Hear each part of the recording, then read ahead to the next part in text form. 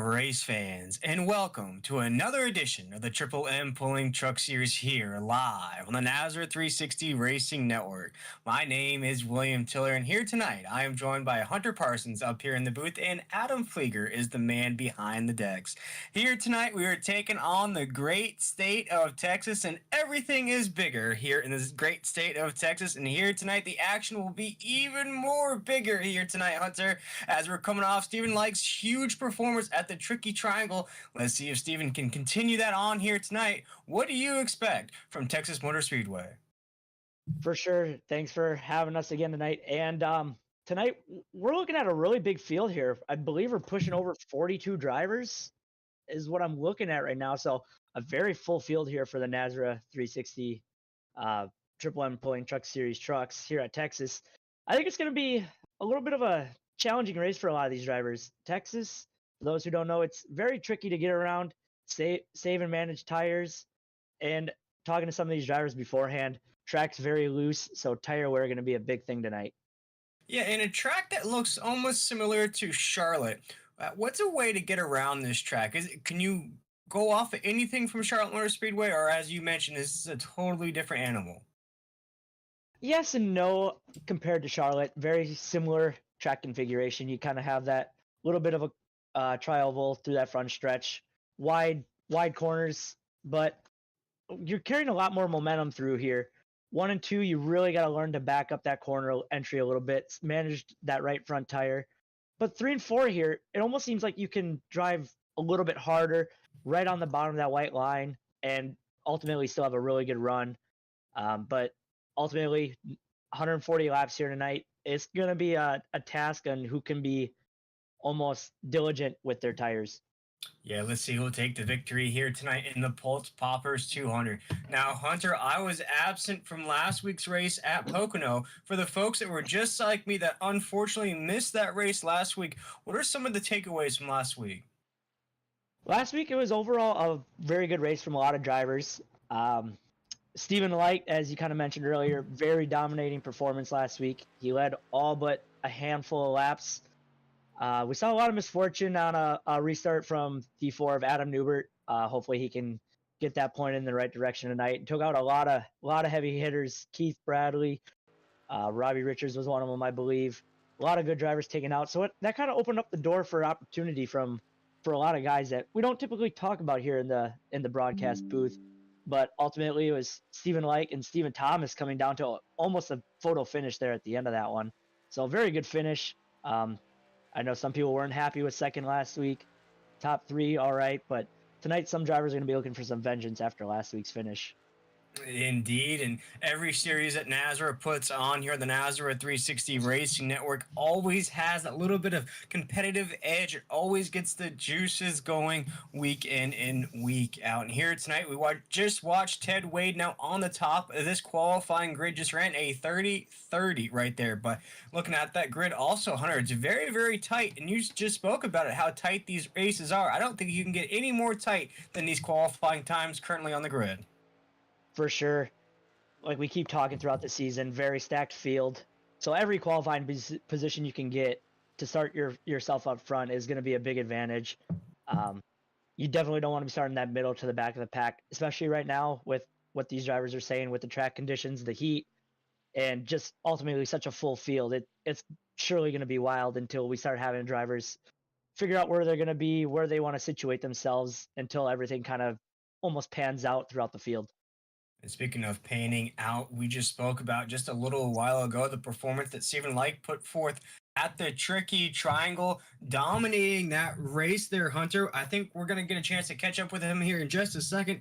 He led 77 laps in that race, started first, had the fastest lap time in that race as well. But I believe you're catching up with last week's winner, Stephen Light. Stephen, it's Will and Hunter in the booth. You got us.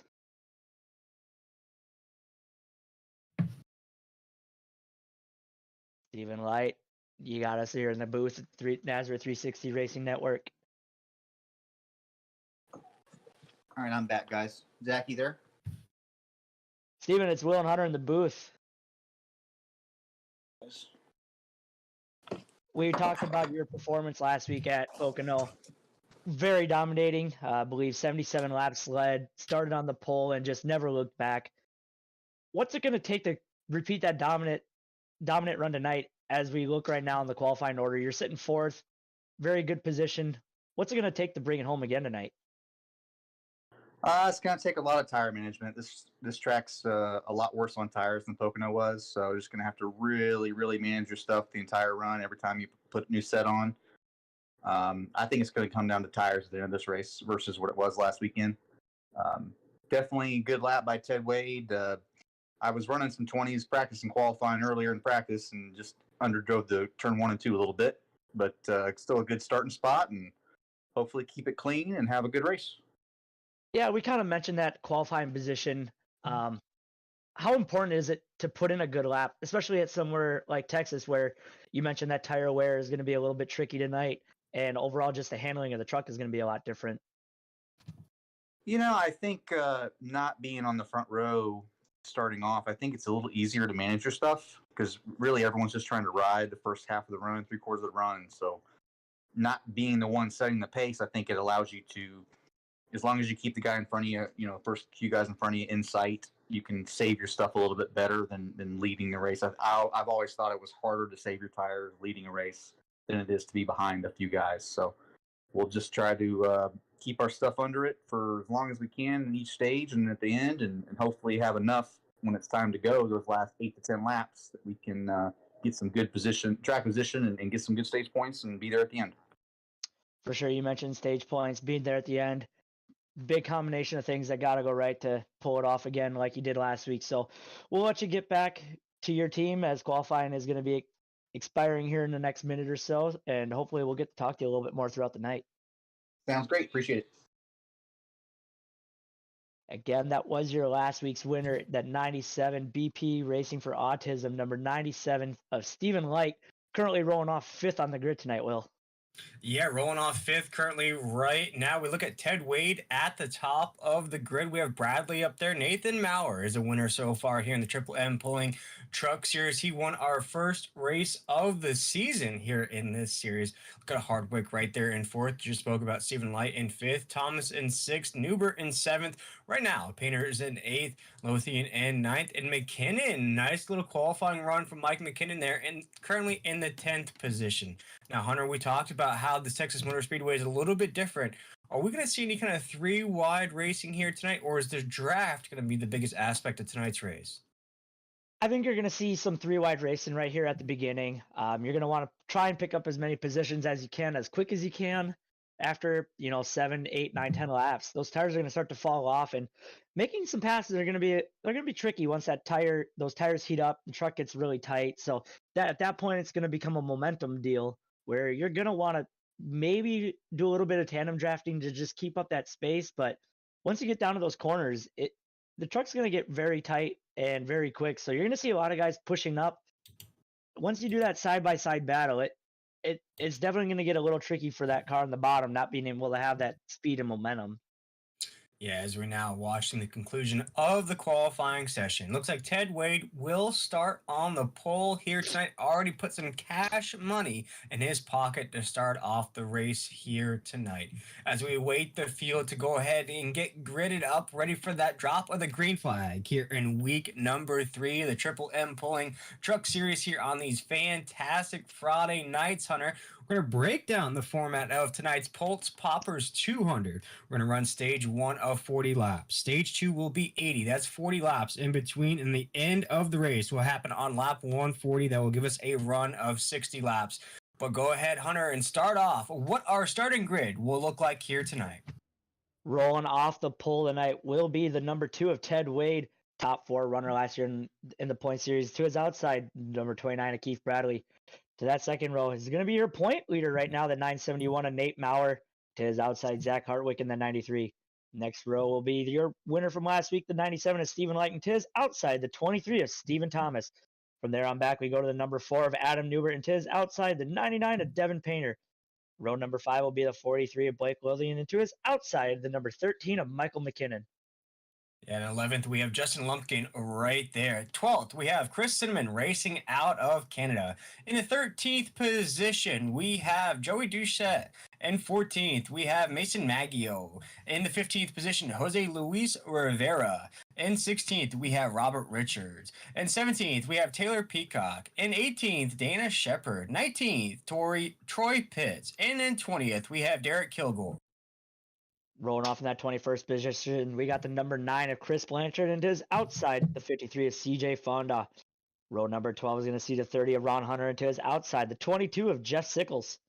Next row is going to see the 42 of Ed Osborne, and to his outside the 37 of Raul Meza. 27 will be the 94 of Eric Zimmerman, and to his outside the 00 of Huck Wigington. Rolling off from inside row number 15 is going to be the 5 of Jacob Klinkart, and to his outside the 72 of Jason Stevenson. In the 31st position, we have Johnny Lawrence. In the 32nd position, we have Bill Hales. 33rd, Brendan Bullock. 34, Kyle Hess. In the 35th position, we have Hayden right there. In the 36th position, we have Brian Abbott. 37th, Keith Haney. 38th, Dan Hagan. 39th, Cody Knott. 40th, TJ Moore. 41st is Clint Mata. In the 42nd position, Jimmy Emos. And rounding out tonight's starting grid will be James Morris in the 96 machine.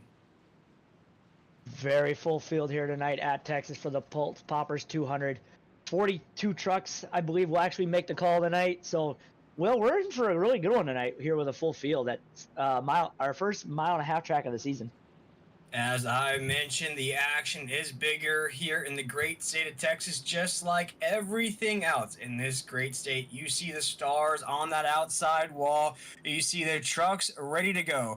Ted Wade's coming off in an excellent performance last night in an Xfinity car. Let's see if he can keep that competitiveness going here tonight, as this pace truck will take us around the last set of corners as we await the drop of the green flag here in week number 3 of the Triple M Pulling Truck Series here, live on the NASRA 360 Racing Network.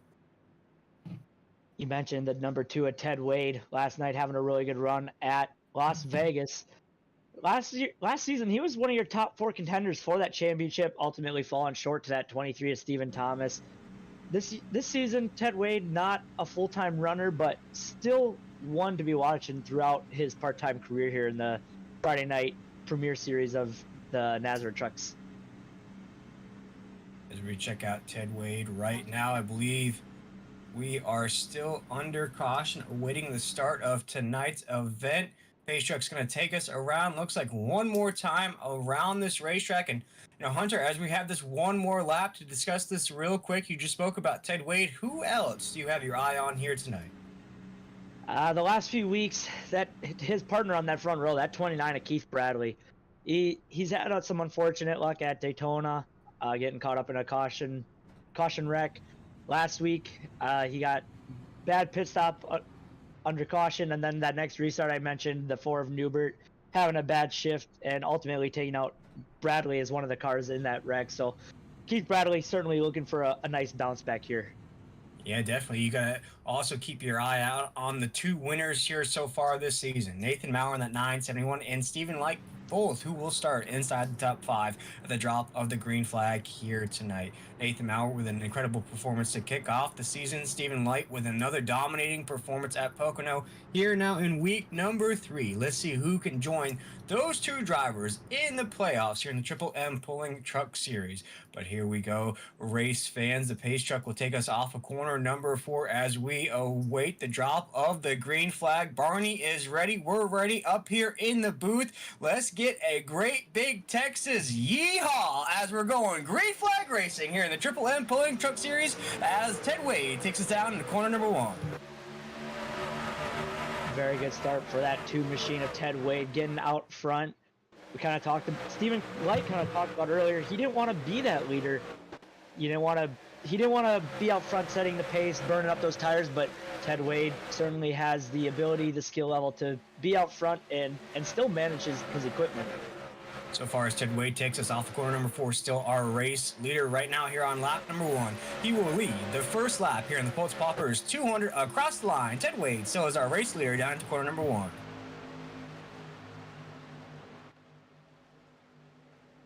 Your front 10 or so trucks looking to be single file from there on back. They are going to be doubled up.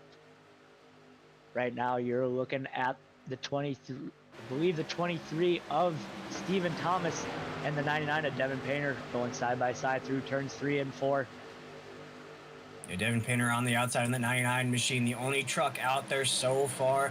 Just a feeling out process here on lap number 3. Yes, Ted Wade still is our race leader down into the corner. It is the single file line down to about that position you just spoke about, to about the 5th position here on the racetrack. As Ted Wade is checking out, Keith Bradley is checking out in that 2nd position as well. Now, I was going to ask you here, Hunter, here on lap number 3, as we cruise around corners 3 and 4 right now, do you feel like this is going to be sort of this pace here in stage number 1, a very feeling out process to get to know one another, and then you'll start to see the action pick up in stage number 2? Yeah, for sure. I think we'll see a lot of that almost week in and week out. We've seen that even last night for those who watched on the NASRA 360 network last night at Vegas. The first stage, we almost went green to checkered, one small caution. Stage 2, we saw, I believe, 2, 3, 4 cautions even. So I think that first stage is more of a feeling, trying to get to that end of that first stage before it almost becomes gloves off, ready for stage 2. Yeah, as we watch Ted Wade still is our race leader so far here on the racetrack. As I mentioned to kick off, right before that starting grid was shown on your screen, race fans. Here in stage number 1, we'll race it down to lap number 40. And we're going to race it down to lap 80. That's 40 laps in that stage. Then the conclusion of tonight's race will happen on lap 140. That's a 60-lap shootout to close out the proceedings here in week number 3. These drivers here tonight will have 4 sets of tires with 100% fuel capacity in these trucks here tonight. And Hunter, a rule that I love here in NASRA is there's no fast repairs for these drivers. So you have to be ultra technical and ultra finesse getting around one another, or else your night can end early. For sure, you don't want to put yourself in a position to have that misfortune very, very early on, as we're looking right now on board with that number 4 of Adam Newbert, the 97 of Stephen Light, trying to find a way around that 4 machine, doing all that he can. But like you mentioned, no fast repair. You got to do it cleanly. You don't want to end up ruining your race or someone else's along with you. You're right on board with Adam Newbert in that 4 machine. Adam, as you mentioned here in that Xfinity over-the-top designs Xfinity series here, you can catch that Thursday night on the NASRA 360 Racing Network. Adam had a tough night in that race, kept trying everything he could to stay in contention, just didn't pan out for him in last night's race. Here tonight, though, currently inside the top 5, just ahead of last week's winner, Stephen Like, in that 97 machine. Stephen put forth a great effort at the tricky triangle. We touched on it. We got a chance to catch up with a 97 machine who had the fastest lap, qualified first, led the most laps, and then went out of the Pennsylvania with that win. Right now, Stephen Like is up to the 4th position as we dig down to corner number 3. Yeah, he got to that inside of the number 4 Newbert. And as I say that, the 23 is going to try and follow suit of that 97. Going to push Newbert out wide a little bit and allow the 23 of Stephen Thomas, your last season champion, to get that run to his inside to crack into that top 5 position.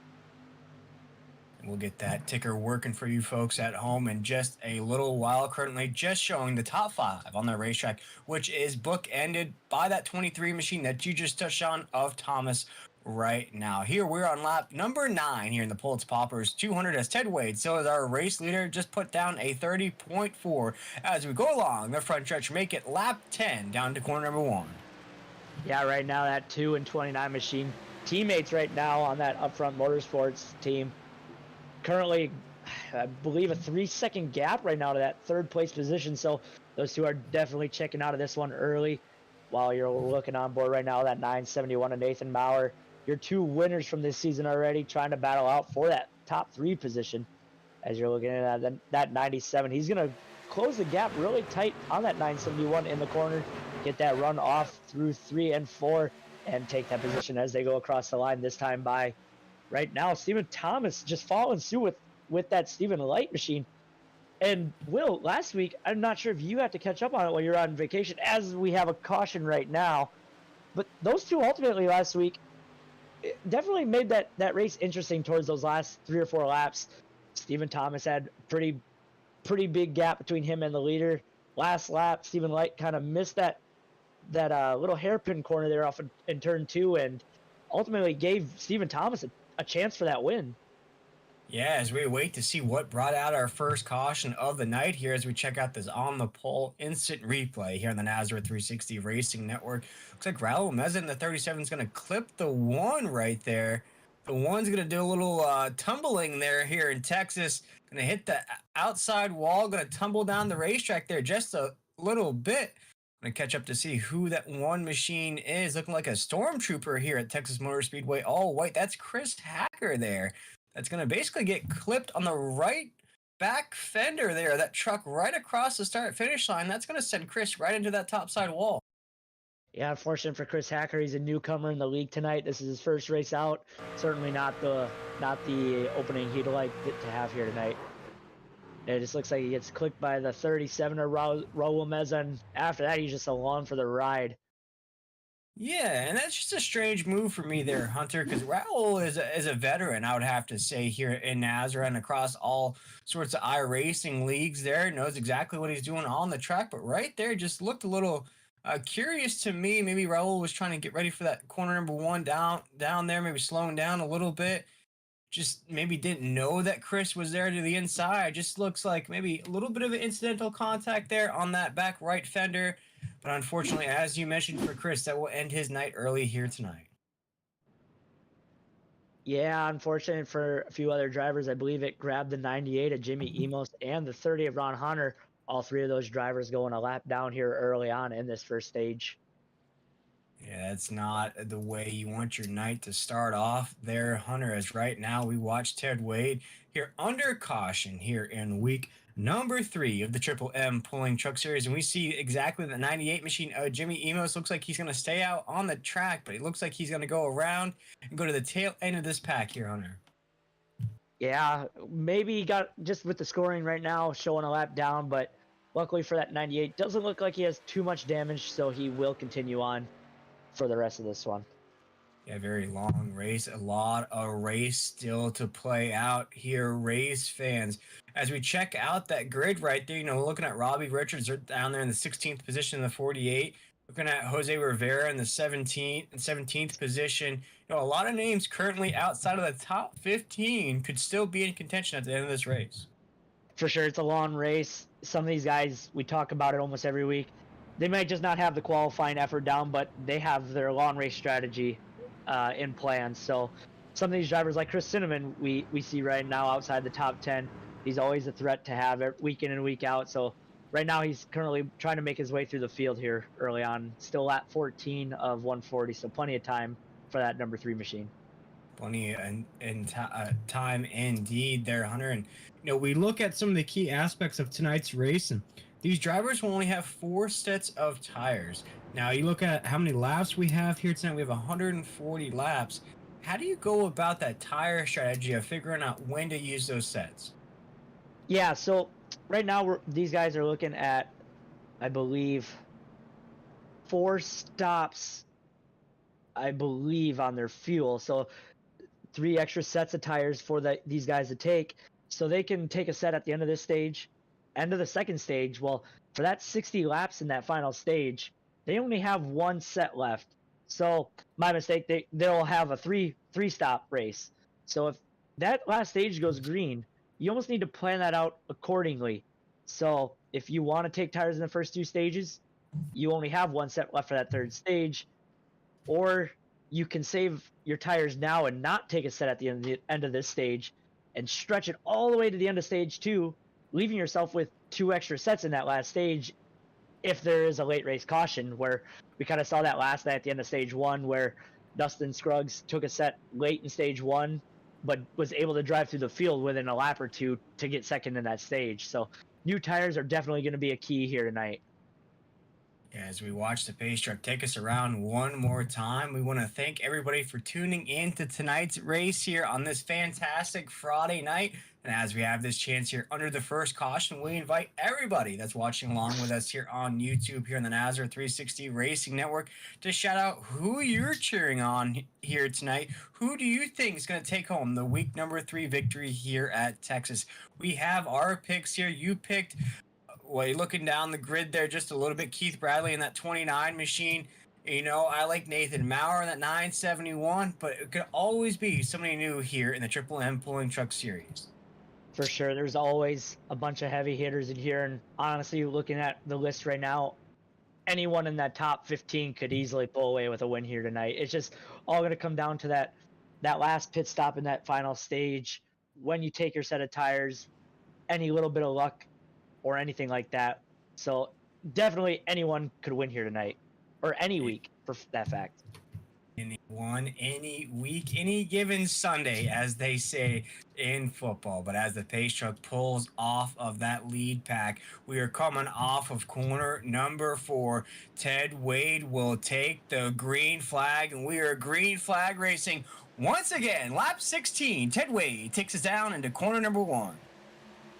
Gonna get a really good restart from that outside line on his teammate, that 29 of Keith Bradley.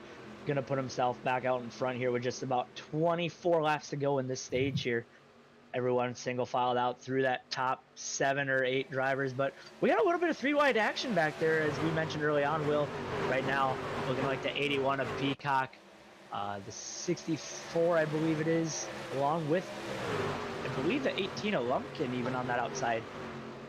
Yeah, very busy back here as we come across that triover here at Texas Motor Speedway. It's very jumbled there. We see the 18 right there in the mix. Some other drivers, they were temporarily 3 wide on the front stretch, now off of corner number 2. We're back to single file racing. A lot of jumbledness here as we dig down to corner number 3. A lot of drivers jockeying for position. For sure, those caution flag laps, not caution flag laps, but once you get those restarts, those are your money moves. Those are the times you got to make your passes. You got to get as many positions as possible. Otherwise, you see what we see right now. You go single file, it's hard to make up that ground. So restarts definitely going to be a key factor to ultimately trying to pull off a win tonight. And you see that 18 machine right there, the green machine of the 18.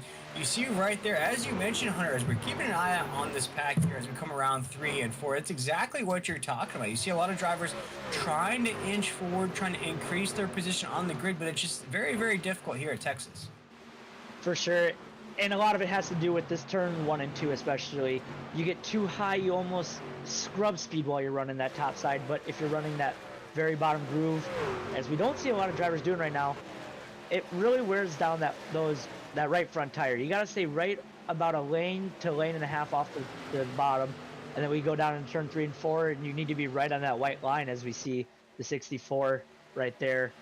That's where the speed is at here at this racetrack tonight. As we watch right now here on lap 20, we have 21 laps to go here in stage number 1. So far, still been Ted Wade at the top of the grid. We got Stephen Light currently in the 2nd position. Keith Bradley right there, you spoke about that 29 machine is currently in 3rd. Stephen Thomas up 2 positions from the drop of the green flag, currently in 4th. Adam Newbert in the 4 machine up 2 spots from the drop of the green flag up to 5th. Nathan Maurer sliding just a little bit down the grid down to 6th.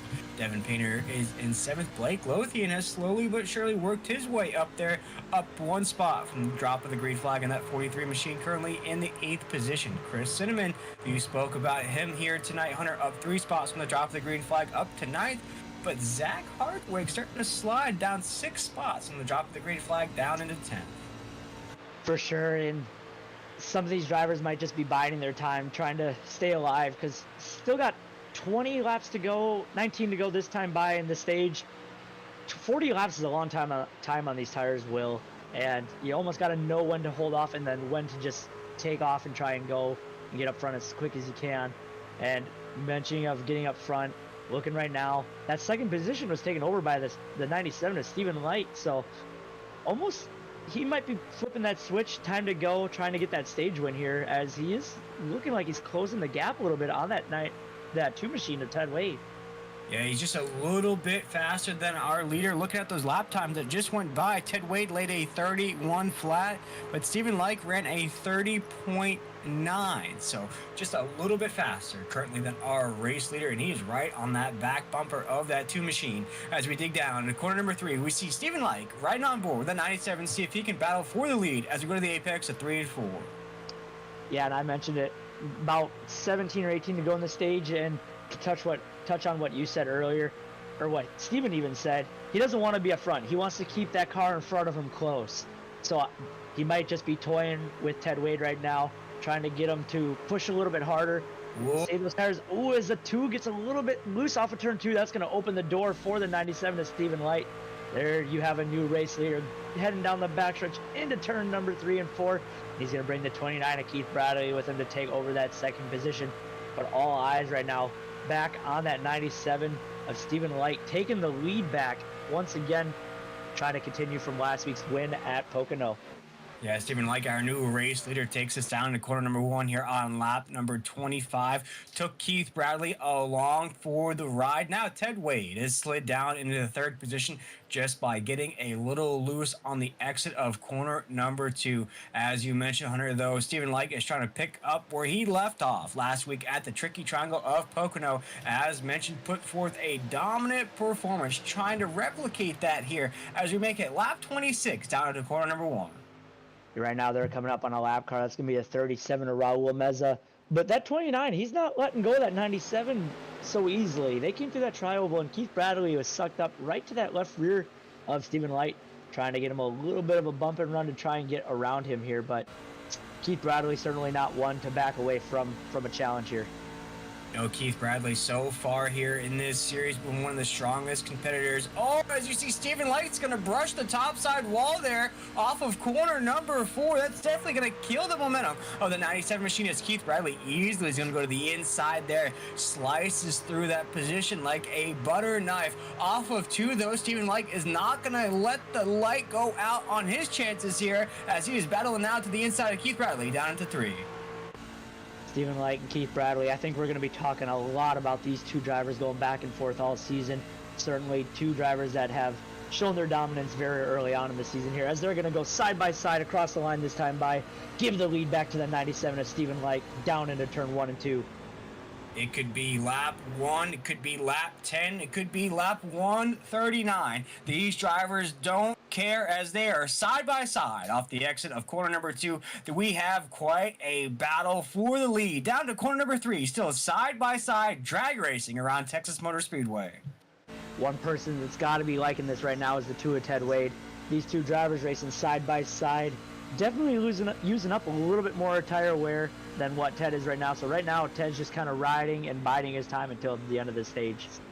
Yeah, he's got a courtside seat to this action in front of him, as we see Stephen Light is going to just get in front of Keith Bradley on the exit of 2. As we're down the backstretch right now, Stephen Light is now back to the top of the grid, down to 3 and 4, still on board with the 2 machine of Ted Wade. Right now, I'm looking at the top 5 or 6, 7 drivers. They're starting to close up on a gap of each other. Right now, Adam Newbert looking to take over that 4 position from the 23 of Stephen Thomas. So Adam Newbert here on a late stage charge, I should say, with just 11 laps to go. Yeah, in a sleeper pick, as you mentioned, to start this race off here on lap number 30. We have about 11 laps to go here in stage number 1. Chris Cinnamon up 6 spots from the drop of that green flag up to 6th.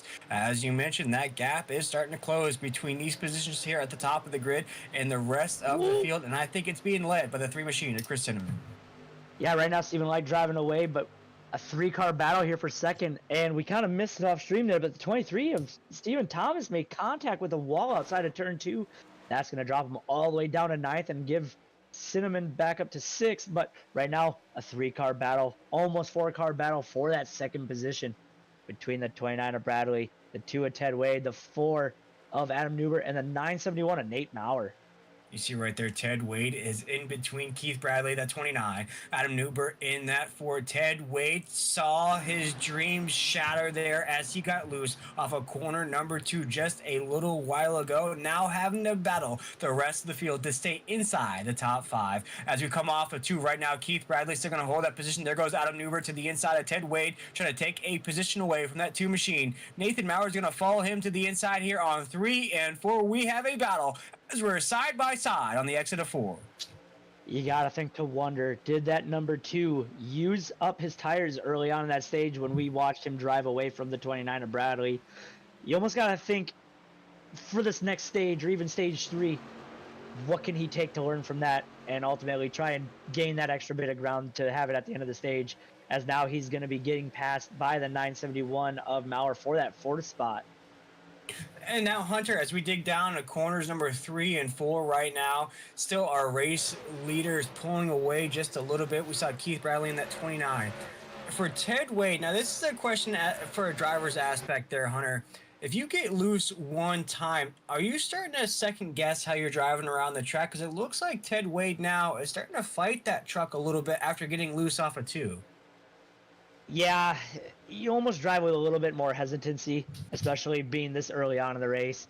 If this was lap 120, I'm sure you would see a totally different Ted Wade where he would drive back through the field as hard as he can. We kind of saw that last night with him in that third stage, making a little bit of contact through that tri-oval last night, and ultimately still driving really hard and came back up to a third place finish there. So Ted certainly not one to shy away from a little bit of a loose truck, but certainly all eyes will be on him throughout the rest of this one too, as we are watching right now the battle for second with Newbert and Bradley. Newbert going to be taking over that second spot, try and track down your current race leader, the 97 of Stephen Light. Yeah, and talking about loose trucks, I think I could see it all the way up here in the booth. Adam Newbert had to grab that wheel as hard as he could. That thing was so close to going sideways there on the front stretch. You saw that quick correction on that wheel to save that machine, and that saved the 29. That saved the rest of the trucks behind these guys as well. As Adam Newbert, coming off with 2, was going to hold on to that second position. You see Keith Bradley right there in third, but a battle for 4th down to corner number 3. Blake Lothian looking to the inside of the number 2 machine to Ted Wade. He will get by him this time, and we see Ted Wade getting a little loose there, and gonna give up the 4th and 5th spot to Nathan Maurer, the 971. Well, one thing to keep in mind is right now these tires, they're getting very slick, they're very warm, and we have a very high track temp right now. Track temp up to 115, 116 degrees, so very warm track temp, making these trucks handle very, very tough. Right now, these drivers, they're fighting a tight truck, but from a driving aspect, once you break that tightness, that truck's going to free up very quickly. So you almost have to be on high alert at all times with the wheel. Yeah, exactly, Hunter, and you touched on it there. The tires are getting slicker. The lap times are getting slower here as we're coming to the end of stage number 1. We have just about 3 laps to go here in this stage. Stephen Light is currently our race leader down the backstretch right now, has a pretty cushioned lead there at the top. We have Keith Bradley in the second position, but not for long though, as he has Blake Lothian there to the inside there in that 43 truck. As you see, if he can get around Keith there on the exit of 4, he does just that, as we have a new second place truck with 2 laps to go here in stage number 1. A correction, that will be a third place truck. Newbert still tracking down your race leader. He is actually putting down some pretty quick lap times right now, reeling in that 97 machine, as the 43 does clear Bradley for that third spot.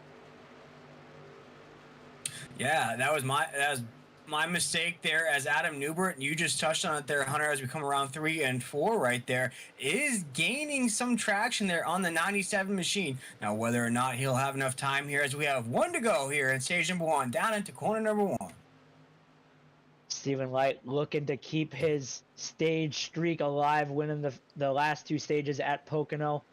Ultimately, 3 stages if you count that last stage. So he's looking to go 4 in a row here right now, looking to be the guy to beat here in the NASRA Triple M Pulling Truck Series on Friday nights.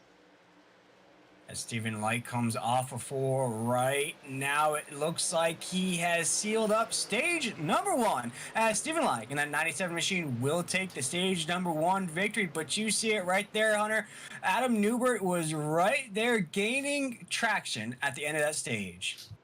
For sure, and we didn't really talk about Newbert a whole lot at the beginning of the stage. He did what he had to do. He saved that tire just enough that he could put on a late stage charge to try and win that stage, but ultimately coming up just a little bit short of that 97. But top 10 still get stage points, 9 points to that second place car. So a very good run there from that 4 machine. Yeah, speaking of those top 10s, we just spoke about Adam Newbert finishing second there in stage number 1. Blake Lothian will take 3rd. Keith Bradley will take 4th. Nathan Maurer 5th. Ted Wade 6th. Joey Doucette up 6 spots from the drop of the green flag will finish 7th there in stage number 1. Devin Painter will finish exactly where he started in the 8th position. Chris Cinnamon up 3 spots from the drop of the green flag will finish 9th. Taylor Peacock will finish in the 10th position. That final is our top 10 there in stage number 1. But one driver I would like to mention here before we go to break is Jacob Clinkhart up 15 spots from the drop of the green flag up to 14th. Very good run there from Jacob. Ultimately not having a good qualifying time. As I believe last week at Pocono, he struggled with qualifying, but still, I believe he even got up to second or third at one point in that race. So if he could just work on that qualifying effort a little bit, I think he'd be up front a lot, and he could ultimately put himself into position for a lot of wins. As it looks like the entire field will head down pit road. As it looks like maybe that window there, Hunter, is around 40 laps or so. We didn't see anybody during that green flag run to head down pit road. So maybe from this hypothesis here in stage number 2, these drivers will possibly wait to the end of the stage number 2 to pit again. But once again, Stephen Light in that 97 machine will get the stage 1 victory. We'll step aside for a short break here in the NASRA 360 Racing Network. We'll be right back with the drop of the green flag here in stage number 2.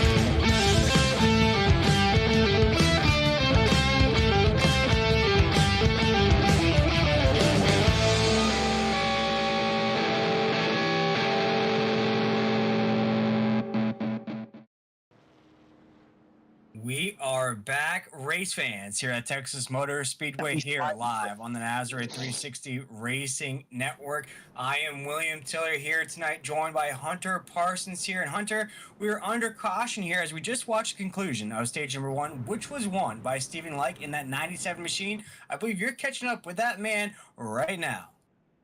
Steven, it's Will and Hunter in the booth. I know we talked to you a mere 15, 20 minutes ago, but here we are again, end of stage 1, another stage win for you.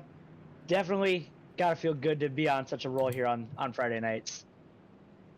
Yeah, everything's been going pretty good. I thought I did a pretty good job of managing tires that first run, and I believe Steven Thompson was pretty much on the same strategy as me. I think I pulled the gun there just a little early. Adam did a little better job of saving a little longer, and obviously that showed dividends at the end of that run. So even when you think you're saving, you're not. So it's really just about keeping the right rear on it as long as possible. But I thought that was decent. Got good stage points out of that, so hopefully I can repeat it. Awesome. Well, we'll let you get back going as we are doubling up, getting ready to go back green, and possibly even talk to you here at the end of stage 2. Sounds good.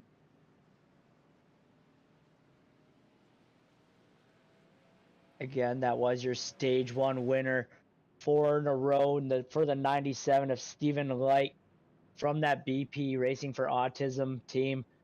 Certainly a happy Eric Zimmerman right now, team owner of those guys. But right now, Adam Newbert's up front, showing that he is one to be reckoned with here in this one here at Texas tonight for the Pultz Poppers 200.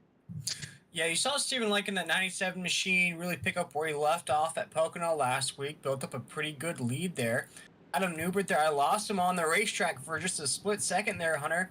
came up out of nowhere, really closed that gap in a hurry, started to catch that draft off the 97. I believe another lap or two would have been right on the back bumper, if not side by side with the 97 there at the conclusion of stage number 1. I am curious to see how stage number 2 will play out here. We'll race another 40 laps down to lap 80 as we're coming off of corner number 4. We're waiting the pace truck to pull off, and it does just that as I say that, Hunter, as we come off of corner number 4. Stephen Like will take us to the drop of the green flag here to officially kick off stage number 2 in the Pultz Poppers 200 as Stephen Like takes us down into corner number 1. Good start there for the 97 of Light, leading them off into turn 1 and 2. Kind of staying right about where I mentioned a lot of these drivers may end up being right about a lane and a half up from that bottom, ultimately kind of blocking that momentum run from the bottom, especially right there on that 29 of Bradley. We see a lot of dicing, ducking, and diving through turns 3 and 4. Drivers trying to get situated out early, make your money moves as we mentioned, try and get as many positions as possible while the field is still bunched up. Yeah, as they say in dodgeball, it's duck, dodge, dip, and dodge again. If you can dodge a wrench, you can dodge a ball. But these drivers here tonight are trying to dodge each other as it's fusion frenzy behind the leaders right now. We're very packed up inside the top 10, down to 3 and 4. Right now, the 29 of Keith Bradley going to take over the race lead. Stephen Light going to go high, wide, and handsome off of turn 3 and 4. Ultimately going to give away 4 or 5 positions, but he kind of mentioned on it at the end of stage 1 there.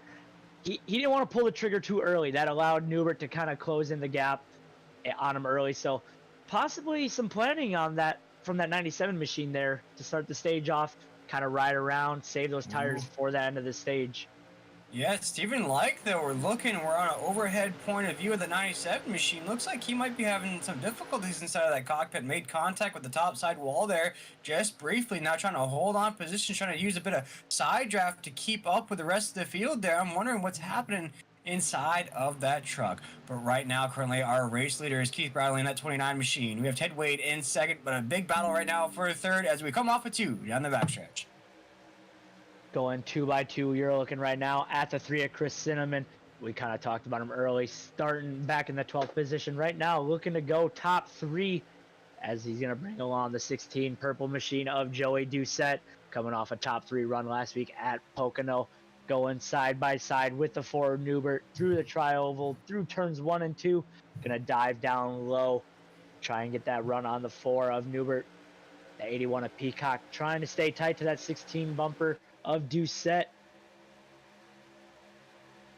Yes, right now Adam Newbert's trying to hold on position right there. You see Chris Cinnamon is getting big pressure from Joey Doucette right there in that 16 machine. That 16 had a huge run right there on the entry of the corner, coming off of forward to the start finish line down to corner number 1. So Keith Bradley leading the way in the 29 machine, but a lot of moving parts inside the top 10 as everybody is jockeying for position off of corner number 2.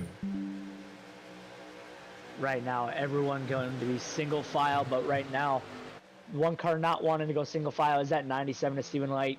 He probably fell back a little bit further than he expected. Going to have to try and make some moves here a little bit early on. Try and get back up towards the front here. Try and grab another stage win. As he's going to dive below the 81 of Taylor Peacock through the tri-oval. Down into turn 1 and 2. He's going to charge it in. Try and force Peacock to stay up a little bit. And he is going to clear him off down into turn 2, down the backstretch, trying to chase down the 48 of Robbie Richards. Yeah, right now, Stephen Like in that 97 machine, the winner of stage number 1, the winner of last week's race at Pocono, starting to struggle just a little bit here tonight. Has now slid down into the 9th position. Looking at the top 5, though, currently, Keith Bradley is our race leader on the track in that 29 machine. Ted Wade in the number 2, still holding on to that top 3 right now. Chris Cinnamon in that 3 machine is currently in 3rd. Joey Doucette is right now in the 4th position, up 9 spots from the drop of the green flag. And Justin Lumpkin up 6 spots in the 5th position right now, Hunter, but a lot of moving trucks right now, a lot of guys, but we are under caution once again here from Texas Motor Speedway. Yeah, right now I believe the 37, Raul Meza, the cause of the caution. I believe rumor through the driver comms is he did blow up. So unfortunate on lap 50 4 for that driver. Probably a little bit of almost redemption from that wreck early on in this one. Damaged truck not wanting to go any further. No, and for Raul Meza, this just continues a streak of bad runs, I would have to say, Hunter, for Raul in that 37. It's, week in and week out. We always think the best for him, that he's going to break through here, maybe crack through some top 10s, top 5s, but it always seems, though, he runs into some bad luck and maybe in the middle of the race, beginning of these races, and it just really snowballs from there. And here tonight, we saw him make contact with Chris Hacker in that one machine earlier in tonight's race. And from there, Hunter, the problems have just stacked up one by one. And now tonight blows the engine here in stage number 2. Yeah, unfortunate for that number 37 Serve Pro machine. Gonna have to load up and come back next week to try once again. But certainly, Raul, we talked about him the last couple races. Certainly, he will be back up there with a new engine plant in that machine next week. For the 37 machine, but currently right now our race leader, as it looks like we have some jumbling going on that grid. As we took a look at that replay here, and only I believe our second or third caution of the night so far. Hunter, we spoke off air about how fast stage number 1 played out here at Texas. Do you see stage 2 playing out the same way, seeing as though these drivers really know what to look at? They strategized there in stage number 1, here at stage number 2, same amount of laps, same strategy maybe here for these drivers? Yes and no. We kind of talked about it earlier on in the broadcast that stage 1 going to go very quick, very clean, as we didn't have a caution in that first stage, or we had one caution in that first stage. And now we're only 15 laps into this one, and we already have a caution. So I definitely think stage 2 is going to be a little bit more hectic. More drivers trying to put themselves out front to ultimately put themselves out front for stage 3 and be able to put their strategizing plans in play, trying to put themselves out front when it matters here at lap 140. And you touched on it there to start off this broadcast. Your race pick here tonight was that 29 machine of Keith Bradley, who is currently on top of the grid here, as we're currently still under caution here in the Pultz Poppers 200. This is week number 3 of the Triple M Pulling Truck Series here live on the NASRA 360 Racing Network. If you're enjoying what you're seeing here tonight, we invite you to go check us out on YouTube, Facebook, and Twitter to stay up to date and follow all the iRacing action that ensues all week long, Hunter. We have races almost every night of the week, and we'll be kicking off a Cup Series on Sundays once the Real Life Cup Series kicks off. For sure, I believe that'll be a fixed series, no iRating cap. So if you're willing and interested, very long season, but certainly going to be a fun one to race throughout. So if you're interested, message NASRA Racing on Facebook, comment on the stream, anything, and we will get in contact with you, get you some info, and we'll hopefully see you here on the service here pretty soon. Now, looking as we await the drop of the green flag here in stage number 2, some surprises to me right now. Jacob Clickhart still up 16 positions from the drop of the green flag. Bill Hale is up 16 spots as well, up to 16th. Look at Robbie Richards there, up 8 spots. Justin Lumpkin up 6 spots. Joe Doucette up 9 spots. Chris Cinnamon up 9 spots as well. So a lot of drivers, as we talked about it here, played very coy there in stage number 1. Here in stage number 2 is now trying to move their way up the grid slowly but surely, avoid any chaos that might play out. Now putting themselves in a prime position here, still with a lot of race to go, but this is exactly where you want to position yourself right now in this race, Hunter. For sure, you almost don't want to put yourself in the 8 ball right now and be back in that 25th or 30th position. You at this point, you're going to be coming down to the end of stage 2 here very soon, and stage 3, when if it does stay green, you're going to want to put yourself out front and be able to try and pit as soon as that fuel window opens up to be able to get those new tires and try and drive away as soon as you possible. Yeah, as right now we come off of corner number 2 down this backstretch here, still under caution here in stage number 2. We'll be racing it down to lap 80 here at the conclusion of stage number 2. as the pace truck's going to lead the way down the backstretch here. Only week number 3 here, coming off of wins from Nathan Maurer to kick off the season in the 971. Stephen Like won last week at the Tricky Triangle at Pocono in dominating fashion. Here tonight, though, the 97 machine seemed to run into some problems here in stage number 2. See if he's just playing coy there, Hunter, there in the back of the pack. See if he's going to force his way up the pack once again here tonight, as Ted Wade is currently our race leader on the track. We have Keith Bradley to his outside as well. Joey Giuseppe's right behind that 29 machine on the top side, and Chris Cinnamon will be on the inside with Ted Wade. But here we go, race fans. The pace truck has pulled off. The green flag is ready to wave, and so are we. Ready to kick things off here once again. See, as we cruise up through the Geico restart zone, Keith Bradley will take the green flag down to corner number 1. Keith Bradley and Ted Wade going to get the nice jump there on that restart. They're going to lead the field through 1 and 2. Chris Cinnamon, a couple of teammates running 1, 2, and 3 right now. Going to be holding down the fort on that upfront motorsports team. At 16, Joey Giuseppe looking to spoil the party of those guys running that 4 spot with Justin Lumpkin rounding out the top 5. Yeah, very strange restart to me there, Hunter. It looked like everybody had checked up right in the Geico restart zone and then realized the start-finish line was right there, and everybody decided to get back on the gas. Looked like it was a checkup all the way down the field there, which sometimes equals disaster right there on the front stretch, but no disasters here so far, as we're still racing clean down into corner number 3. And just as I say that, Hunter, we are under caution once again. Yeah, it sounded like a bit of a checkup on that restart, and just people couldn't check up soon enough down into turns 1 and 2, and a big pileup is what I hear over the race chat right now. That looks to be the 87 of Clint Mata and the 86 of Kyle Hess making a little bit of contact, sending Hess around. I'll bring out a consecutive caution here at Texas Motor Speedway. We're going to take another look at it here on the NASRA 360 Racing Network. See what happened between Mata and Hess right there as we enter into corner 1. Ooh, that's very close for me there, Hunter. Looks like just a battle between the lines right there. Looks like Hess was right in that middle lane, was trying to hold position there on the entry of the corner. Tried to hold that lane. Mata went to the inside there to try to increase position here right on the entry of 1. Didn't even hit the apex of 1. And just looks like Hess just ran out of racetrack there. Clint maybe could have gone a little bit lower on the racetrack, but when you're that close and you have that milliseconds to think about how close you're going to make that move, you just had that brief little contact, and unfortunately Hess is going to get the worst part of that. Yeah, very tough call. You almost, at some points, you don't know when that car in front of you is going to slow down.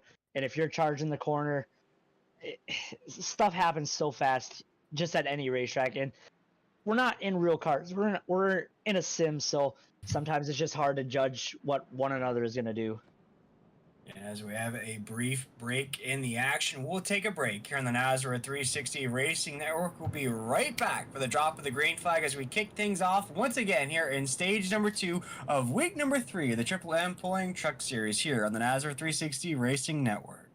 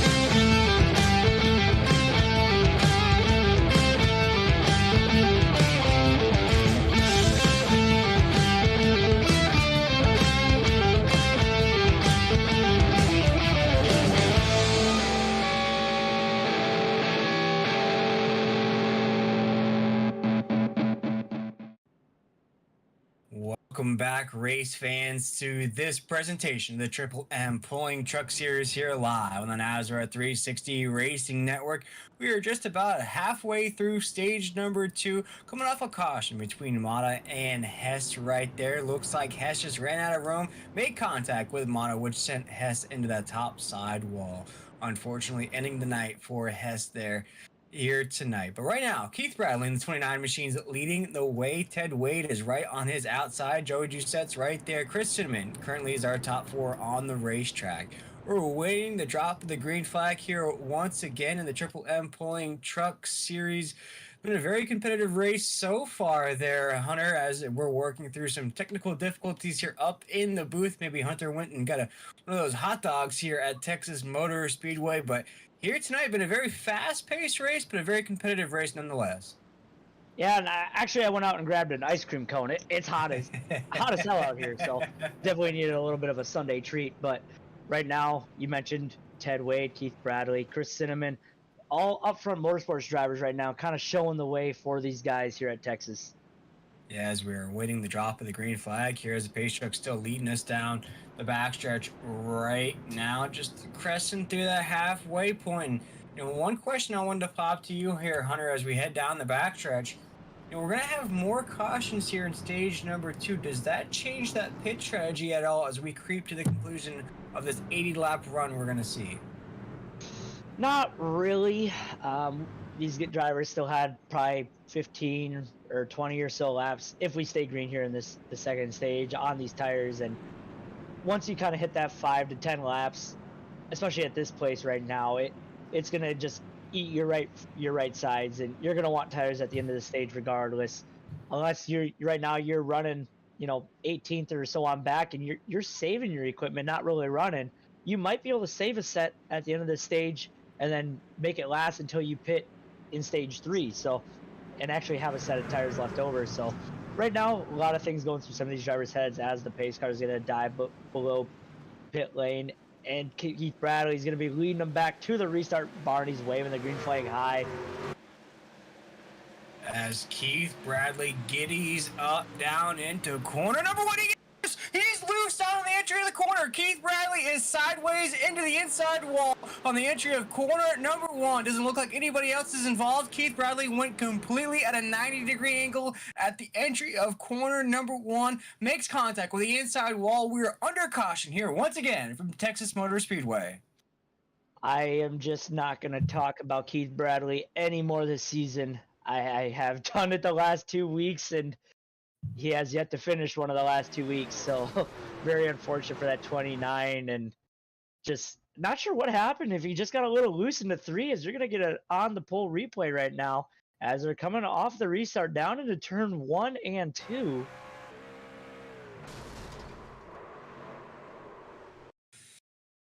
Now, for the folks at home here, Hunter, that are watching along with us here in the NASRA 360 Racing Network, that are maybe unfamiliar what it takes here on the iRacing simulator, what would cause a driver to get loose like that on the entry of the corner? Right now, these drivers, they're running on, like I mentioned earlier, probably 15 to 20 lap old tires. And right now, you're on these restarts, tires are cold, and you almost get on the throttle too hard. The truck's a handful right now, so just overcorrected a little bit, drove in too hot, and the truck just came around on him. And that's not something you typically see, that 29 machine getting turned sideways on his own. So definitely got to think tires being a big problem there tonight. Yeah, and you see him briefly hit the brakes there right as he's getting loose. May have felt that race car starting to go away from him there on the entry of the 1. We have some fans watching along with us here on YouTube. The NASRA 360 Racing Network may have blown an engine there. That could be a possibility as well for the 29 machine.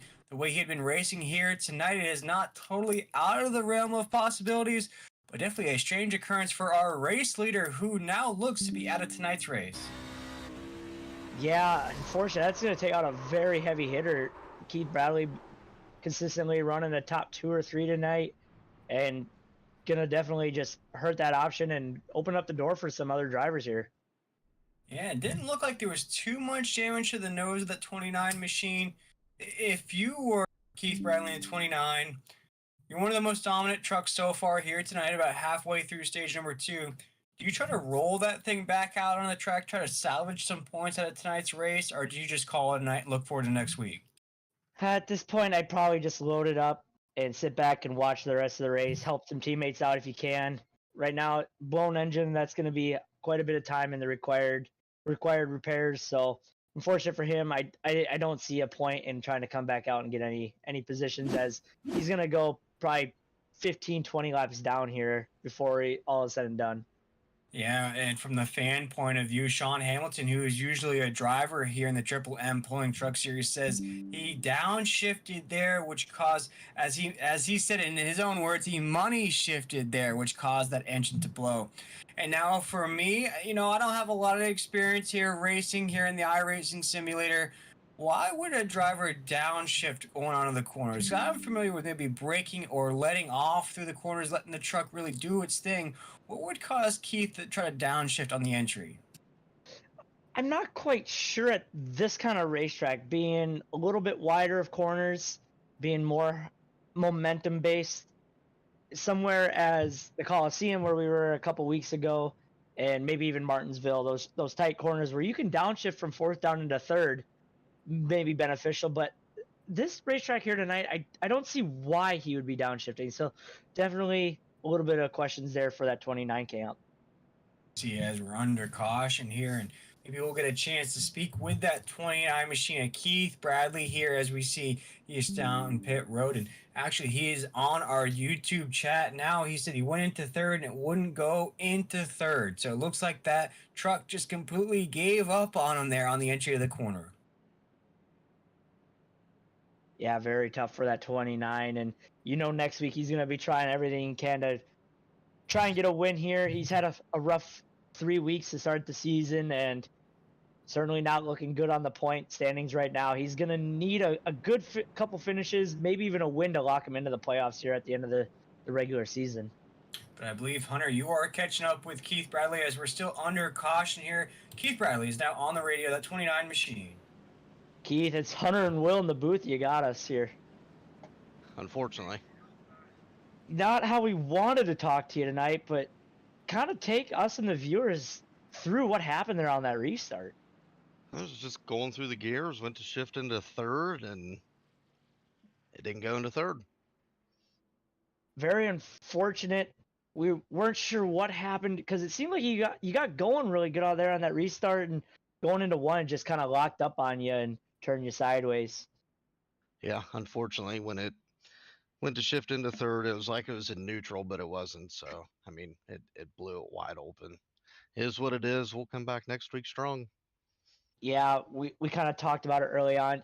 You and Stephen Light right now seem to be the top of the field here as full-time drivers go anyway in the NASRA Truck Series. We're definitely going to see a lot more of you up front, and hopefully this little bad luck string can go away here and eventually get a win here. Oh, for sure. I mean, we've shown a lot of speed. Now it's just putting it all together. For sure. Well, so what are you going to be trying to cheer on your teammates the rest of the night? Kick back and have a couple cold ones? Well, probably till the truck gets fixed and go out and salvage what we can salvage. All right. Well, thanks, Keith, and we'll get you back with your team here. Sounds good. Thank you. That was Keith Bradley inside that 29 machine. We appreciate Keith taking the time with us here as we were back under green here on lap 69, as we have a new leader on the racetrack, and that is Chris Cinnamon inside the 3 machine, down the backstretch, down into corner number 3. Yeah, and right now we haven't really talked about what happened during that last caution either. The 2 of Ted Wade back in the 28th position. So I think right there he might have, I'm not sure he took any damage, but might have even taken a set of tires right now. So at the end of the stage, he'll cycle in as the leader, try and go until halfway through that stage, and then have to pit when he needs to for fuel and tires. But right now, Chris Cinnamon showing the way in that 3 machine. Justin Lumpkin, always a heavy hitter here in that 18 Interstate machine, running in that 2nd position. And Adam Newbert still rounding out the top 3 in that 4. As we come off of corner number 4 right now, Joey G says trying to hold off Stephen Light in that 97 machine. Shout out to the truck for that awesome camera view we just had there. I don't know if that was a drone point of view or what kind of camera angle that was there, Hunter, but I really enjoyed it up here in the booth as we're starting to see the rest of the field start to fan out just a little bit, but Stephen Light in that 97 machine still right on the back bumper of the 16 down into corner number 3. Yeah, that 97, he's got 10 laps, 9 this time by to try and make something happen, try and get up front for that stage win. Right now he's working on the back of that 16 machine of Doucette. Right now he's got to look at what's in front of him. Some of those top 4 drivers right now, they're starting to race each other almost side by side, trying to battle it out. That might just open a little bit of opportunity for that 97. That's an excellent shot of the top 4. Down to corner number 3 right now. This is bookend by Robbie Richards in the 48. It is led by Chris Cinnamon in the 3. As we come off of corner number 4 right now, make it 9. 8 laps to go here in stage number 2. Down to corner number 1, we have quite the battle for the top 4 right now, as it looked like we almost had a battle for the lead, as Chris Cinnamon is going to hold that line off of corner number 2 down the backstretch. Yeah, right now Chris Cinnamon still out front, trying to hold off that 18 and the 4 machine for that stage win and the lead right now. A little bit of separation from 4th to 5th, so right now Robbie Richards got a little bit of breathing room, kind of going into offense mode, not having to worry about playing any defense. Just got to know when to strike and take your shot with just 7 laps remaining in stage 2. Offense makes you look fancy. Defense makes you win championships, as they're trying to play defense up here in the top 4. But right now, Chris Cinnamon is the man trying to be Ray Lewis of the Baltimore Ravens right now, trying to hold off a big charge from Lunkin in that 18. Justin keeps trying to the inside, keeps trying here as we cross the strike. Now Justin's going to go to the outside here in corner number 1. Not going to be enough, though, as that window is going to get closed, but he's still going to ride that momentum here on the middle lane around 1 and 2. We have a battle for the lead coming off of corner number 2. Chris Cinnamon, you're going to be doing a great job coming off that bottom groove all the way up to the wall, kind of blocking that little bit of momentum from the 18, but right now going right back to that middle of the racetrack, trying to use up as much real estate as possible, trying to take away any groove that the 18 of Lumpkin can possibly do to get around him here. And right now, with about 5 laps to go here in stage number 2, this stage will end on lap 80. We've had quite the shake-up here at the top of the grid. We had Stephen Like in the 97 leading the way. We had Ted Wade leading the way. We had Keith Bradley leading the way in the 29 machine. That has now given way to Chris Cinnamon in that 3 machine. Now Justin Lumpkin says, hey man, I want to lead some laps as well, as we cross the line, make it lap 77 down to corner number 1. Right now, Justin Lumpkin just doing absolutely everything he can possibly do to get around that 3. But you almost don't want to leave the door open too wide right there, as Cinnamon's going to push up and going to give a little bit of a window to that 18. And Adam Newert's going to try and tuck down below with that 18, get around that 3 of Cinnamon. And as I mentioned, or I was trying to mention there, you don't want to leave the door wide open if you're Lumpkin right now, because if you're trying to find a window around that 3, you're going to open a gap for the 4 Newbert, as Newbert kind of gets high a little bit off of turn 4. That's going to open the door right to the 48 of Richards. So a lot of moving and shaking around, leaving windows open, but it's time to go. You're going to have 3 laps to go, this time by for stage 2, as the 18 is going to be chasing down the 3 down into turn number 3. Ooh. Oh, Hunter, we are line dancing now in the great state of Texas, as Justin Lumpkin now hits the apron, gets a little sideways. That sends Adam Newbert up the track just a little bit, almost makes contact with Stephen Light in the 97 machine as we cross the line, making 2 laps to go here in stage number 2, as Justin Lumpkin now is trying to hold on to that second position. It's going to give way to our race leader, Chris Cinnamon, to coast off of corner number 2. Down the backstretch right now, things are heating up for the top 3 here in stage number 2. And just like that, you go from a battle of 4 for the race lead to down to 1 truck, Chris Cinnamon leading way. And all of a sudden, that 97 Stephen Light comes out of nowhere trying to challenge for that second position, as they're going to take the white flag this time by for stage number 2. Newbert in that 4 machine going to get a run down to the bottom of turns 1 and 2, trying to slide up in front of that 18 of Lumpkin. And what a curious move out of the 4 of Newbert right there. You saw him slow down on the corner, get back onto the gas, slow down again, and then got back on the gas on the exit of the corner. We are side by side for a second here on 3 and 4. Justin Lumpkin, though, is going to slide behind the 4 machine of Newbert here as we come off of corner number 4. Stage number 2 will be won by Chris Cinnamon in that 3 machine, as Newbert will be second and Justin Lumpkin will be third here in stage number 2. Rounding out the top 10 here in stage number 2. 4th place going to go to the 97 Light. Robbie Richards in the 48. Joey Doucette coming home 6th.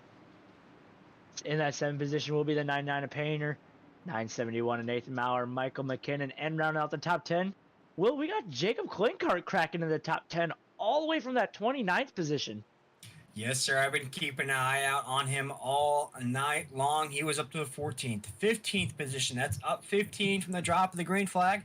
Now cracked inside the top 10. Watch out for that 5 machine, as now we have completed stage number 2. We'll have a final 60 laps for you race fans as we come back here on the NASRA 360 Racing Network. We'll be right back from this short break here from Texas Motor Speedway.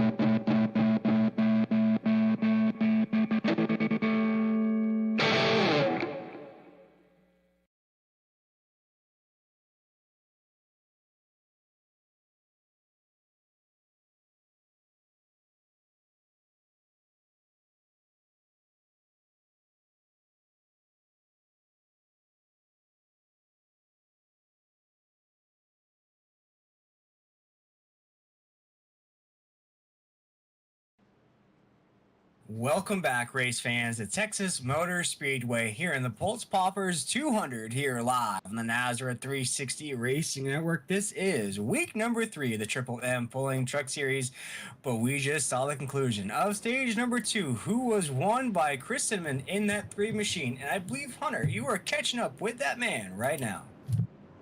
Chris Cinnamon, it's Hunter Will in the booth. You got us. Hey, Hunter, I got you guys. Well, congratulations on stage 2. Early on in this one, we kind of talked about you almost being like a sleeper pick, starting back in that 12th position. Certainly, everyone very competitive here in this league. Starting 12th almost seems like you're starting in the back with how much talent there is here. It really does. There's a lot of good guys out here, a lot of fast guys, and yeah, I'm still in shock at a little incident we had. Keith missed a shift there, and yeah, we didn't see that coming. Yeah, we kind of saw that last week at Pocono happen with the Ford Newbert. Here tonight with Bradley. Does that almost make you wonder, is it possible to happen to anyone here, week in or week out? Sorry, say that again. Possible to have what? Have that happen to yourself, because we've seen that out of 2 drivers that we wouldn't typically see that kind of error happen from either of those 2 drivers. So does that kind of worry you here in the future that it could eventually happen to you. Oh, it can always happen. We always joke about the upfront curse too with our team. Tends to be when we're leading laps, as the internet goes down, computer craps out, something like that. We've seen it last couple of seasons, so you're never safe. Always want to stay on your toes and hope for the best. Yeah, and it almost comes down to almost an announcer's curse. We've been talking about you guys so much. You guys are always up front between you, Peacock, Blanchard, and Bradley.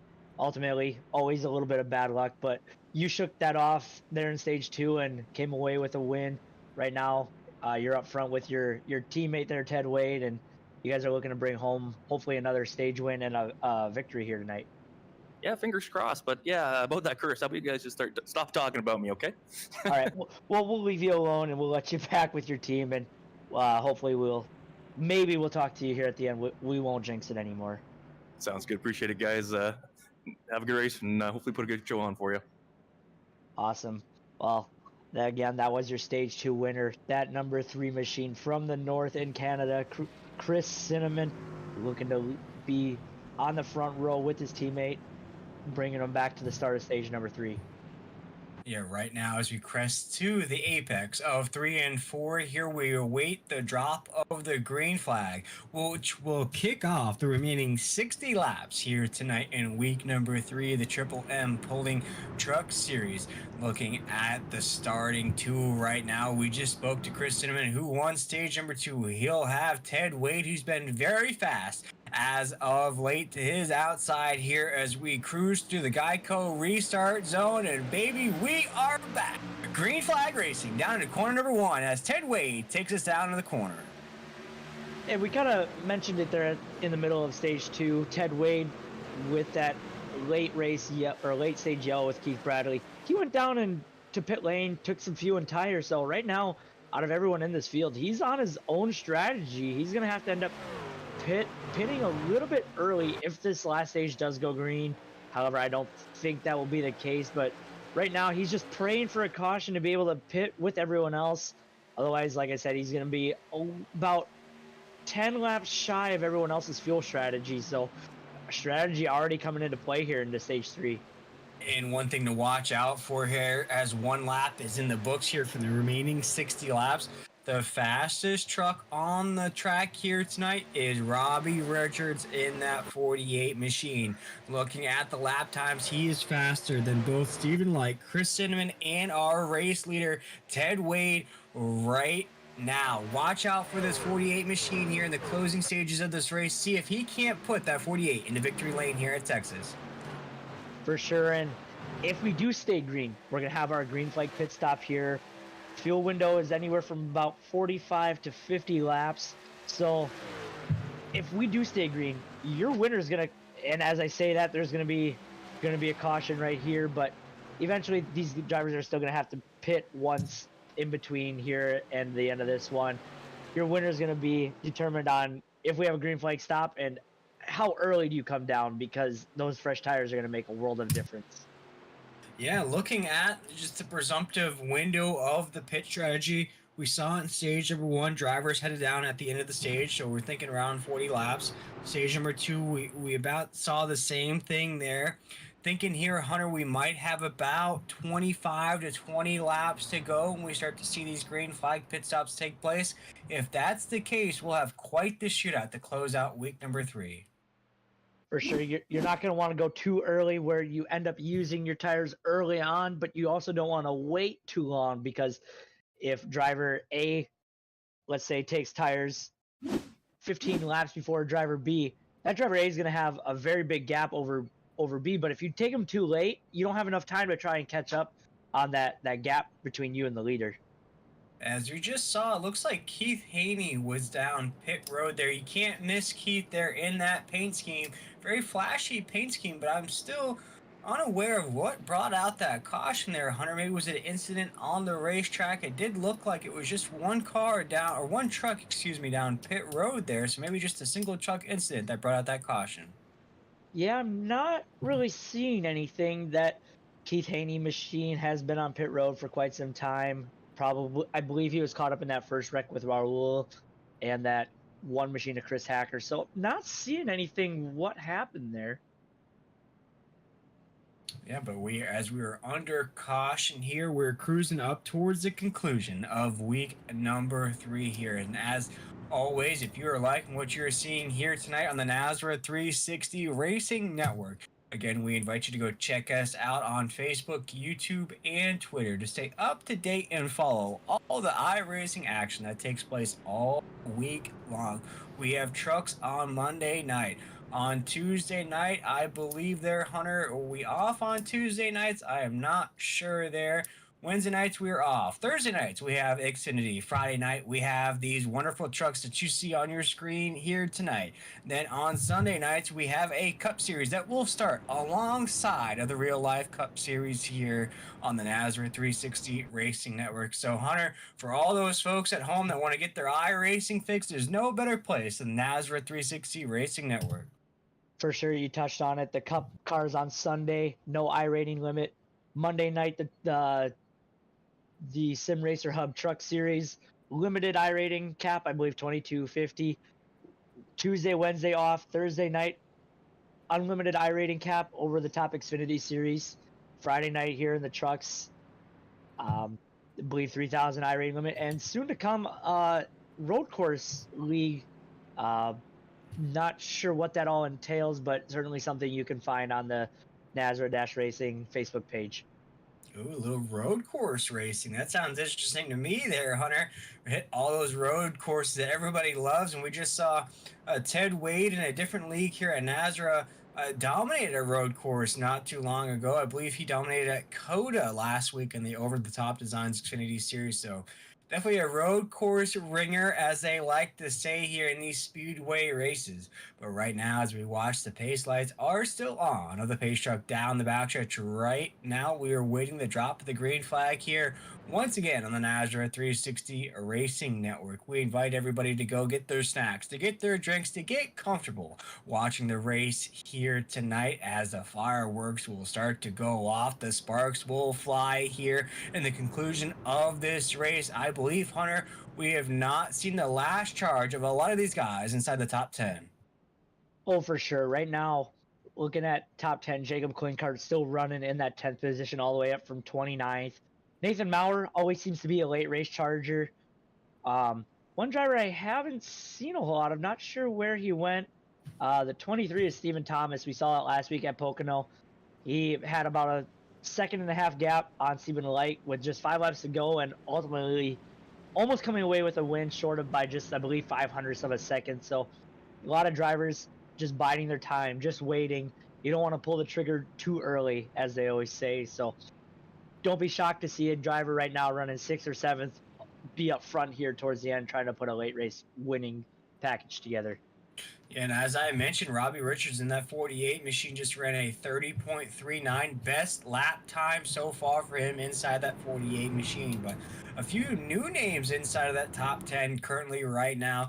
You know, we spoke about Joey Doucette up there in the 16, has been quietly inside that top 10 all race long. Stephen Light still inside the top 10, holding on in that 97 machine after winning stage number 1. Jacob Klinkart, you just touched on it as well, up 20 spots from the drop of the green flag up to 9th, right inside that top 10. We see Nathan Maurer still trying to hang on to the top 10 as well. Jose Luis Rivera right there in 11th.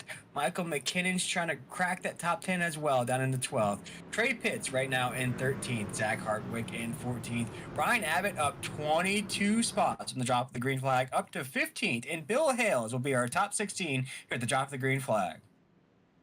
Pace car is going to dive down pit road. Barney's going to be waving the green. Chris Cinnamon going to get the nice jump there across the line in that number 3. Leading him and Ted Wade down into turns 1 and 2.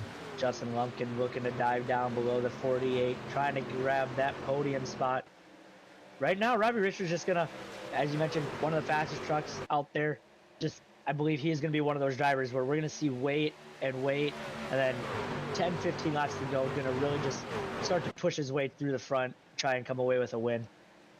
Very quiet fast, if I say so myself there, Hunter. Not a truck that really came forth in stage number 1. Stage number 2 didn't really call out his name a lot either inside that 48 machine. Now, here in the closing stages of this race, As decided, okay, I've had fun driving around Texas Motor Speedway, but I really want to let these horses gallop, if you will. Now putting forth some of the fastest lap times of the entire race, of the entire field. Currently in the 4th position, really living up to that 48 he has on the side of that truck. For sure, and right now we're going to look at that battle for second. Justin Lumpkin going to dive below that number 2 of Ted Wade. We kind of mentioned earlier, Ted Wade took some tires. He at least pit earlier. Not sure if he took tires or not. So definitely, possibly even running on a little bit of older of a tire, trying to hold his own in that 3rd position until that fuel window opens here for him. But right now, that 18 machine going to dive down into turns 3 and 4, trying to track down your current race leader of that 3 of Chris Cinnamon. As we come off corner number 4, Chris Cinnamon will take us to the start-finish line as our race leader. We're single file, 1, 2, 3, and I believe all the way down to about the 5th or 6th position as we hit the apex of 1 and 2. Although Joey Doucette's trying to increase his position in that 16 machine, I believe that's a battle for 5th taking place right there, Hunter. It is right now between that 48 and 16, but don't count out that number 4, Adam Newbert. He's showing a lot of speed here throughout the night, grabbing 2 second place finishes in each of the stages. Right now, everyone's single file until about that 9th or 10th spot.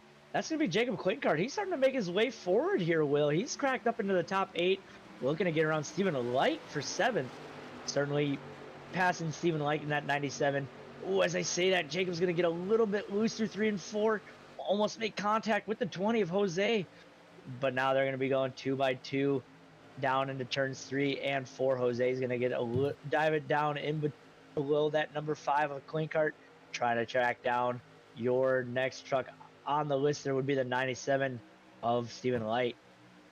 Yeah, and for Jose Luis Rivera and Jacob Klinkart in that 5 machine, they're going to come up quick on Stephen Light in that 97 machine. We almost had disaster there on the entry of the corner. But for these 2 drivers, they have put forth monstrous efforts here tonight to crack inside the top 10 from their starting position. You know, we look at Jacob Klinkart up about 20 or so positions from the drop of the green flag. We look at Jose Luis Rivera as well up 6 spots from the drop of the green flag. So very heavy movers here tonight, right inside the top 10.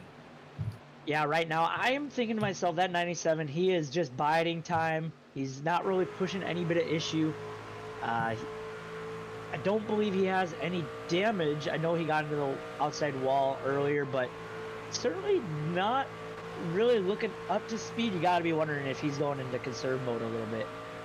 Yeah, right now as we're off of 4, Chris Cinnamon will make it 100 laps as we have now officially crested the century mark here in the Triple M Pulling Truck Series. This is the Pultz Poppers 200 here from Texas Motor Speedway, week number 3. We've touched on it here. Stephen Light dominated at the tricky triangle of Pocono. Here tonight, though, Hunter, it has been an Uno game of wild cards of guys who have led this race here tonight. Currently, our race leader across the strike is Chris Cinnamon, taking us down to corner number 1.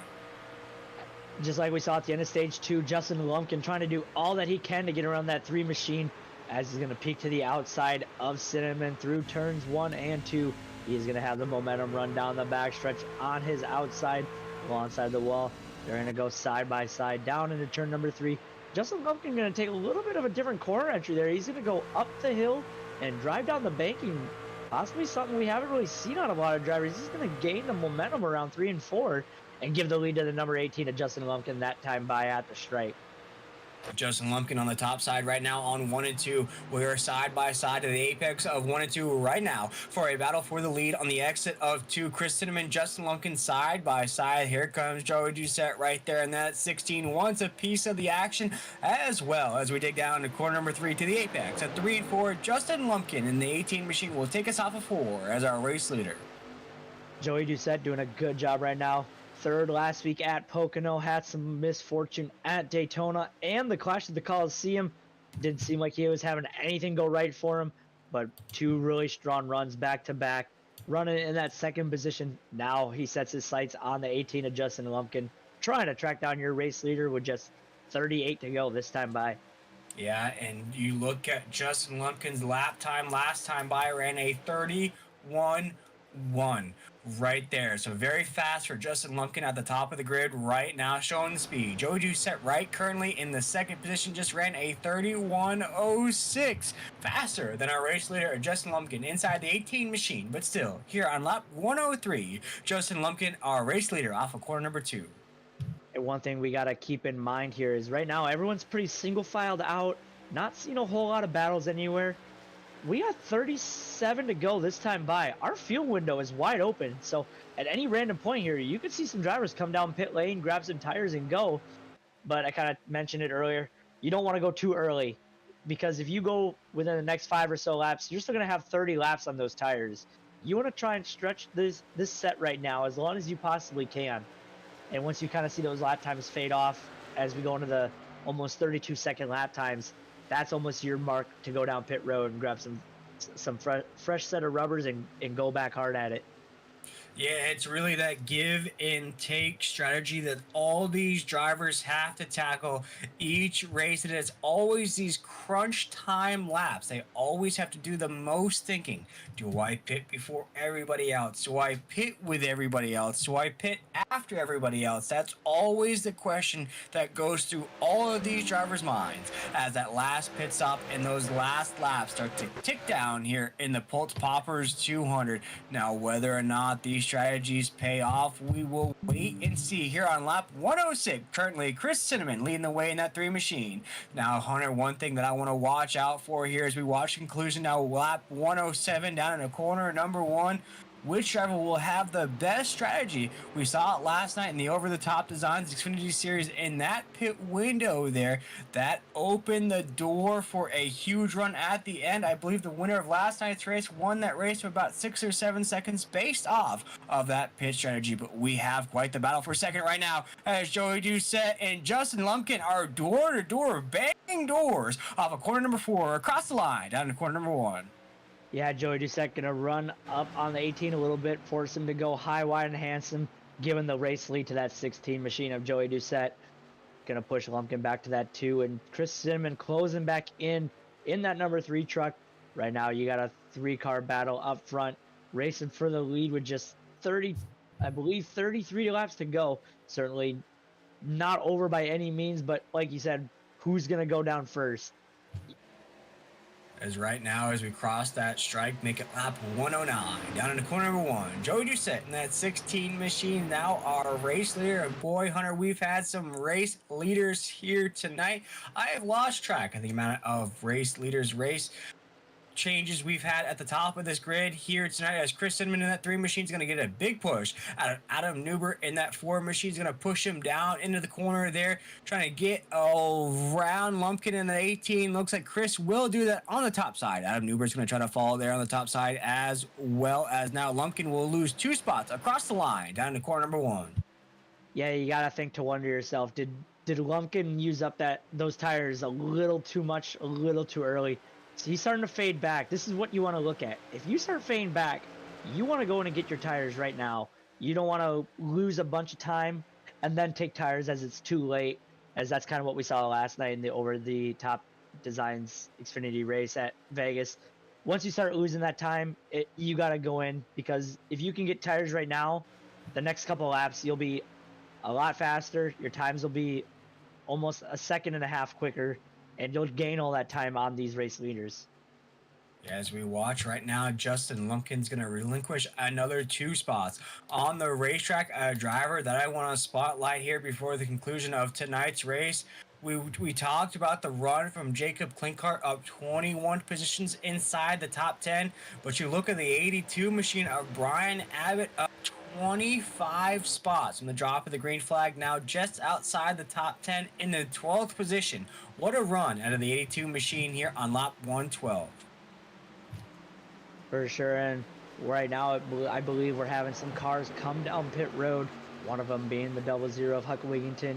And earlier, I kind of missed it, but Ted Wade went down pit lane, so he has his tires, and he is going to try and get all that he can out of those things with just under 30 laps to go here in this one. 30 laps to go indeed. We're waiting to see how these pit stops will take place as we are counting down the laps here in the Pultz Poppers 200 here, week number 3 of the Triple M Pulling Truck Series here on the NASRA 360 Racing Network. Joey Doucette currently our race leader down the backstretch right now. Adam Newber in that Ford Machine's currently in the second spot. Chris Inman in third as we go to the apex at 3 and 4 here on lap 113, patiently awaiting these green flag pit stops. Right now, that Ford Adam Newbert, he is closing in quickly on your race leader, Doucette. He's bringing Chris Cinnamon along with him right now. Right now, I believe Adam Newbert has a really good strategy in place. He kind of waited his time out. Now he's putting the pressure down, putting in some good, clean laps. And ultimately, that's what you want to do before you do your green flag pit stops. You want to be gaining a little bit of time as you can and try and duck down, catch everyone else off guard, get your tires and get back out and put down some real heaters. And talk about heaters right there. We're looking at Newbert just ran a 31.6 last lap, now up to a 31.7. Look down the grid a little bit more. Robbie Richards just ran a 31.7 as well. And that's going to be our two fastest trucks currently on the racetrack. But Hunter, you touched on it. Pit stops still have to take place with 26 laps to go. So this grid will take a bit of a Yahtzee shuffle there. And we'll see who rises to the occasion here to close out this race.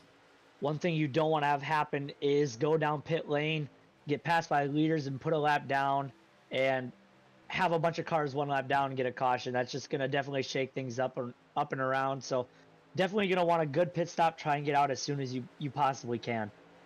As we're Robbie Richards is sliding off of corner number 2. One of the fastest trucks here tonight down the backstretch. He knows that time is coming for him to head down pit road. Just trying to drift that thing around like a late model here at Texas Motor Speedway. Robbie Richards inside of that 48 machine, still trying to hold on position here as 24 laps to go here in the Pultz Poppers 200. You got a new race leader down through turns 1 and 2. The number 4 of Adam Newbert got down to the inside of Doucette. Doucette's going to fight back to the outside, try and gain that race lead back. Big battle ensuing, about 3 trucks in the mix right now. To the apex of 3 and 4, Adam Newbert, our race leader, as you just mentioned there, Hunter. Joey Doucette in the 16 machine right there, comfortable inside the top 3, but Chris Cinnamon wants that top spot back. As Ludacris once said, I'm coming for that number 1 spot, and Chris is trying to do that right now. Now on the back bumper of that 16 machine, trying to up his position up to second down the backstretch. Right now, that 97 is closing in on your top 3 as well. That is the 97 of Stephen Light. Right now, going through turns 3 and 4. Top 4 break away from the rest of the field. Right now, Adam Newbert showing the way, coming to lap 119. As we're starting to see these lap times now crest into the 32s. This is that indication now. The caution flag is out. Hunter, green flag pit stops will not take place. There were a few trucks that did head down very early, but now we are assuming the most of the field will head down here, Hunter. As we look at the closing stages of this race, you see the 29 machine. Ooh, big pile up there right at the entry of pit road. That's the 00, looks like, of Huck Whittington there, and another truck was involved right off the exit of 4. Yeah, I couldn't quite catch who he clipped there. Not sure if just ran out of real estate or not. See right here in the NASRA 360 Racing Network, Huck Whittington, that 00 machine, rocking a Bumblebee paint scheme here tonight with the black and yellow. Shout out to Wiz Khalifa there. See who he makes contact with here. Is that Chris Blanchard in that 13 machine? I think there's a truck that's loose, or maybe was thinking about heading down pit road. Still can't see the number on side of that machine. That's the 53 machine right there. See who that is on our scoring, the 53 for DJ us here. Fonda. Yeah, we see right there. Looks like the 53 was thinking about heading down pit road. That CJ Fonda, as you mentioned there, Hunter, maybe tried to come back up onto the racetrack, and then Huck Whittington was just on that line, had nowhere to go. Yeah, unfortunately, if you're trying to get down pit road, especially here, you got to slow down very early, try and get down. But unfortunate for Huck, just had nowhere to go. just couldn't slow down quite enough as we're looking on board right now with, I believe, the 53 of CJ Fonda. See right here. That's very interesting to me there, Hunter. As you see, CJ was thinking about pit road, maybe low side of the racetrack, hitting the apron a little bit. Maybe tried to come back up, maybe trying to second guess that pit strategy decision there. Just a very confusing racing incident right there at the entry of pit road. But now here on the NASRA 360 Racing Network, we're assuming the majority of that lead pack will head down pit road as we're under caution here once again, which seems as though we'll have just about 20 laps to go here, Hunter, to close things out. Yeah, for sure. It's going to be about a 20 lap shootout. Might even be 19 or 18 by the time these guys get the green flag going again. So definitely going to be a shakeup here. You're going to have a lot of drivers here, fresh tires, 20 laps. It almost seems like a dash here when it comes down to the tire wears. You're going to have about 10 or so laps of good hard racing before the tires start to level off. So I think you're definitely going to see another caution or two within the next 10 laps here. Like we keep mentioning, these are going to be your money move times. You got to get up front with such limited time left. As we're watching these pit stops ensue right now, some more drivers will head down pit road. The rest of these drivers are trying to make sure they have these strategies locked into place. They know exactly what they're going to do here in these last 20 laps or so. But once again, we want to thank everybody for tuning in here tonight on this wonderful, fantastic, Fast Friday here tonight in the Triple M Pulling Truck Series. If you haven't done so already, we invite you to shout out who you're cheering for here in the YouTube chat, who you think will get the race victory here tonight. And Hunter, as we watch this race play out here now with about 20 laps to go, as we're still under caution, it's really anybody's race. Of course, we've had some clear favorites here tonight. We had Stephen Like win stage number 1, Chris Cinnamon win stage number 2. Ted Ways was very strong there in the first half of this race. We had some other drivers there in the mix as well. But now with about 20 laps to go, it could be somebody that we haven't really called out here tonight that might take that checkered flag there at the end. For sure, and I think I don't want to guess or put my weight here on the 97, but in stage 1 we kind of saw him lay back just a little bit, and then he put on that charge for that race lead and ultimately the stage 1 win. I think I'm going to be picking that 97 here again. He's sitting in a really good position. He's not leading, as he mentioned he didn't want to do earlier before the race started. He's going to try and keep those leaders in his view and then put a late race attack on him for that race win. So I'm going to be looking at that 97 to Stephen Like again. Yeah, as we're still cruising around Texas Motor Speedway here under caution, waiting for the conclusion of the Pultz Poppers 200. I think for me, 2 drivers to watch out for here tonight. One driver may not win the race, but it's going to finish very strong from the drop of the green flag. Jacob Klinkart is up 24 positions now, just inside the top 5, competing with my other pick of tonight's race. Robbie Richards in that 48 machine has been consistently fast. Stage 1, Stage 2, now here in the last 20 laps has been laying down hot lap times. Now let's see if he has the same strategy of the 97 of Stephen Like, as you mentioned there, Hunter, playing coy throughout tonight's race. Now it's time to put that pedal to the floor, hit a little bit of that sheet metal there at the back of that base pedal, get that thing going here as the pace truck will take us down to 3 and 4 here as we patiently await Barney in the flag stand for that green flag. And right now, if I'm Adam Newbert, I am absolutely terrified of this restart here. Last week at Pocono, he was on the front row of a restart, I believe, in stage 3, and downshifted instead of upshifted and destroyed his truck along with the rest of the field. And here he is again, 20 laps to go, just under 20, and he's leading once again, coming to the green flag. And as I said to start this race, get a big Texas size yeehaw as Adam Newbert will take this green flag down into corner number 1 as our race leader with less than 15 laps to go. Adam Newbert going to be leading the field down in through turns 1 and 2 as the caution flag is going to come back out once again. As we were just coming off of corner number 2 there, the yellow flag is out. The yellow lights are flashing here at the Texas Motor Speedway. We'll see what exactly brought out that caution flag here in the NASRA 360 Racing Network. We'll queue up that replay for you, but it looks as though it is going to include the 22 machine there, Hunter. Yeah, and I don't want to say I called it, but I called it. I figured we were going to have a caution or two within the next 10 laps or so. People trying to make their moves, and we had one right there in the first corner. So not quite sure what happened. I believe the 81 was also collected in that. Yeah, we'll take a look here at this replay. I think we're back live here. This was the start of that green flag here. We see Adam Newbert take that green flag down into the corner. You see what ensues here at the back of the pack here, Hunter. It looks like pretty clean restart to start things off here as we dig down to the first corner. Still pretty clean so far. See what ensues there that brings out the caution here. Still trying to figure it out, Hunter. And I'm not seeing anything from my point of view up here in the booth. May have just looked like a truck that may have had a bad restart there and they threw the caution for it.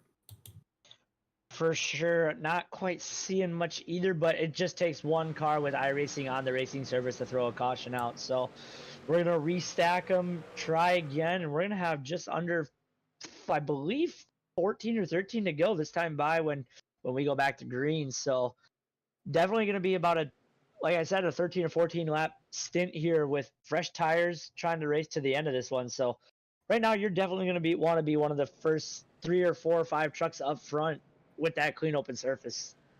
And right now, our top 3 on the racetrack is Adam Newbert in that 4 machine, leading the way up 6 spots from the drop of the green flag. Chris Cinnamon currently in second, up 10 spots from the drop of the green flag, and Robbie Richards up 13 spots from the drop of the green flag to third. But here, as we watch the conclusion of this race here tonight, Hunter, you mentioned it, that Adam Newbert is probably scared to death of that last restart. Now gets another chance at it, but I believe you're catching up with that 4 machine of Adam Newbert. Adam, it's Will and Hunter in the booth. You got us here. Oh. Well, we kind of talked about it last week at Pocono. You had that one restart from the front row and kind of missed a shift there. Are you kind of having a little bit of flashbacks for having to do this not once but now twice in front of the field, leading with just about 12 or 13 laps to go? Why you gotta bring that up, man? Nah, I'm not gonna lie to you. It just crossed my mind, honestly. I'm like, man, I hope I don't screw this up again. But it's funny. Keith Bradley was giving me a hard time earlier in the race, and then when he spun out in turn 1, it's because he missed a gear. Yeah, and we kind of mentioned it happened to you last week. We don't really see that kind of mistake happen to Keith tonight. We really never see those kind of things happen. But now we talked about it before this last caution, and I was wondering if you were having a little bit of almost PTSD from it, but now you have to go back and do it again here. Yeah. Hopefully we just get a good clean restart, and I'm just going to go as hard as I can right here. That's all I can do. For sure. Just about 10, like I mentioned, 13 or 14 laps to go.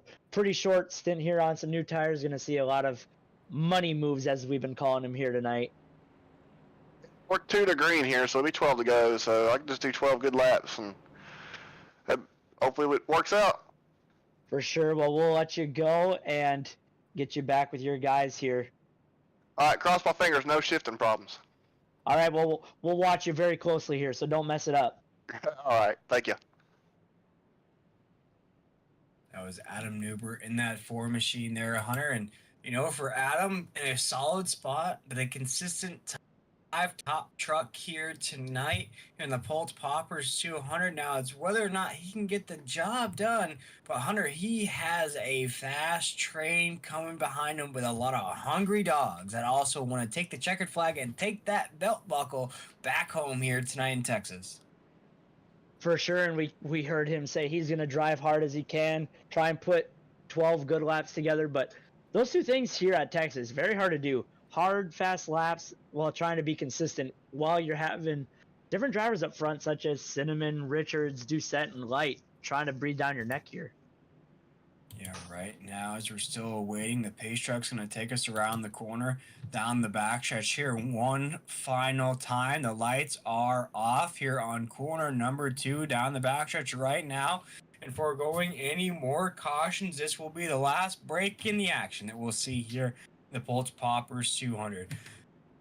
As Adam Newbert, our race leader, slowly but surely is going to creep his way down the backstretch right now. Has Chris Cinnamon to his outside. Robbie Richards right behind him. Joey Doucette right there in that 16 machine. And then it goes to drivers that we can't help but look at closely. Nathan Maurer all of a sudden is inside the top 5 in the 971 machine. Stephen Light, last week's winner there in the 97, to his inside. We have quite the group of drivers here at the top of the grid. Also, Jacob Klinkart right there in the 5 machine has raced one heck of a race here tonight. Hasn't led any laps, Hunter, but a very fast truck indeed. As Adam Newbert will take the green flag once again. We are back racing here in the great state of Texas. Down to corner number 1, Adam Newbert, our race leader. Adam Newbert can check one thing off that list, and that is a restart. He is going to get the lead back in down to turn 1 and 2. He's going to be leading the field. Running in that second spot is going to be the 48 of Robbie Richards, and to his outside is going to be the 3 of Chris Cinnamon, racing side by side down in turn 3, trying to chase down Newbert in that 4 machine. Huge run out of Robbie Richards there in the 48. Almost had a run on the 4 on the entry of 3 and 4 as we come off. Corner number 4, Adam Newbert will take us to the start-finish line as our race leader down to corner number 1 with 11 laps to go. Newbert's got to do all that he can. He's got to be looking in that mirror, looking at the side-by-side battles behind him. Right now, he's got to worry about trying to put together 11 consistent, clean laps here as they're racing 2 by 2 throughout the field behind him. Jacob Klinkart in that 5 machine is making mama say, there goes that man again, because right now he is inside the top 5 in that 5 machine.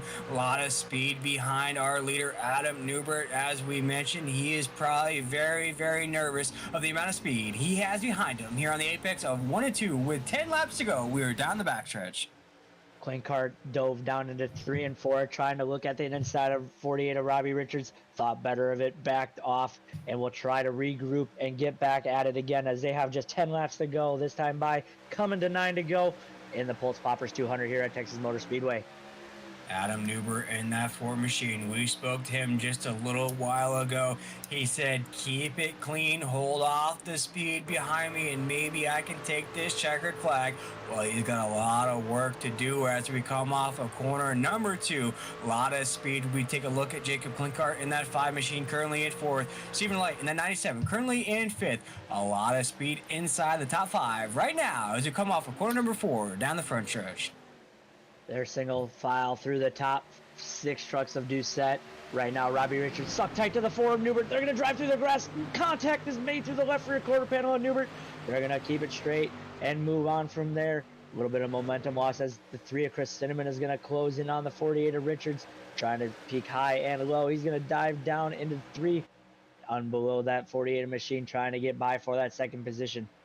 Chris Cinnamon will have the position. No, he gets a little bit of the speed wobbles as well. That's going to kill just a little bit of momentum out of Chris Cinnamon in that 3 machine. Still with that little bit of a run, still trying to build on that right now. As we go down to corner number 1, he has to check up big time on the apex of 1 and 2 to avoid contact with the 48. That's going to allow Jacob Klinkart now to get to the back bumper of Chris Cinnamon in that 3. He will go to the inside here on corner number 3. See if Jacob Klinkart can increase his position once again here tonight with 7 laps to go.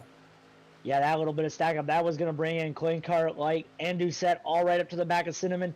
That's going to leave Adam Newbert to check out a little bit, give himself a little bit of breathing room. Robbie Richards still trying to chase down your race leader of Adam Newbert. Right now, battle for 4th position as Klinkart gets around Cinnamon for that 3. Battle for 4th right now between Chris Cinnamon and Stephen Light, and Joey Doucette in that 16 trying to peek his way in.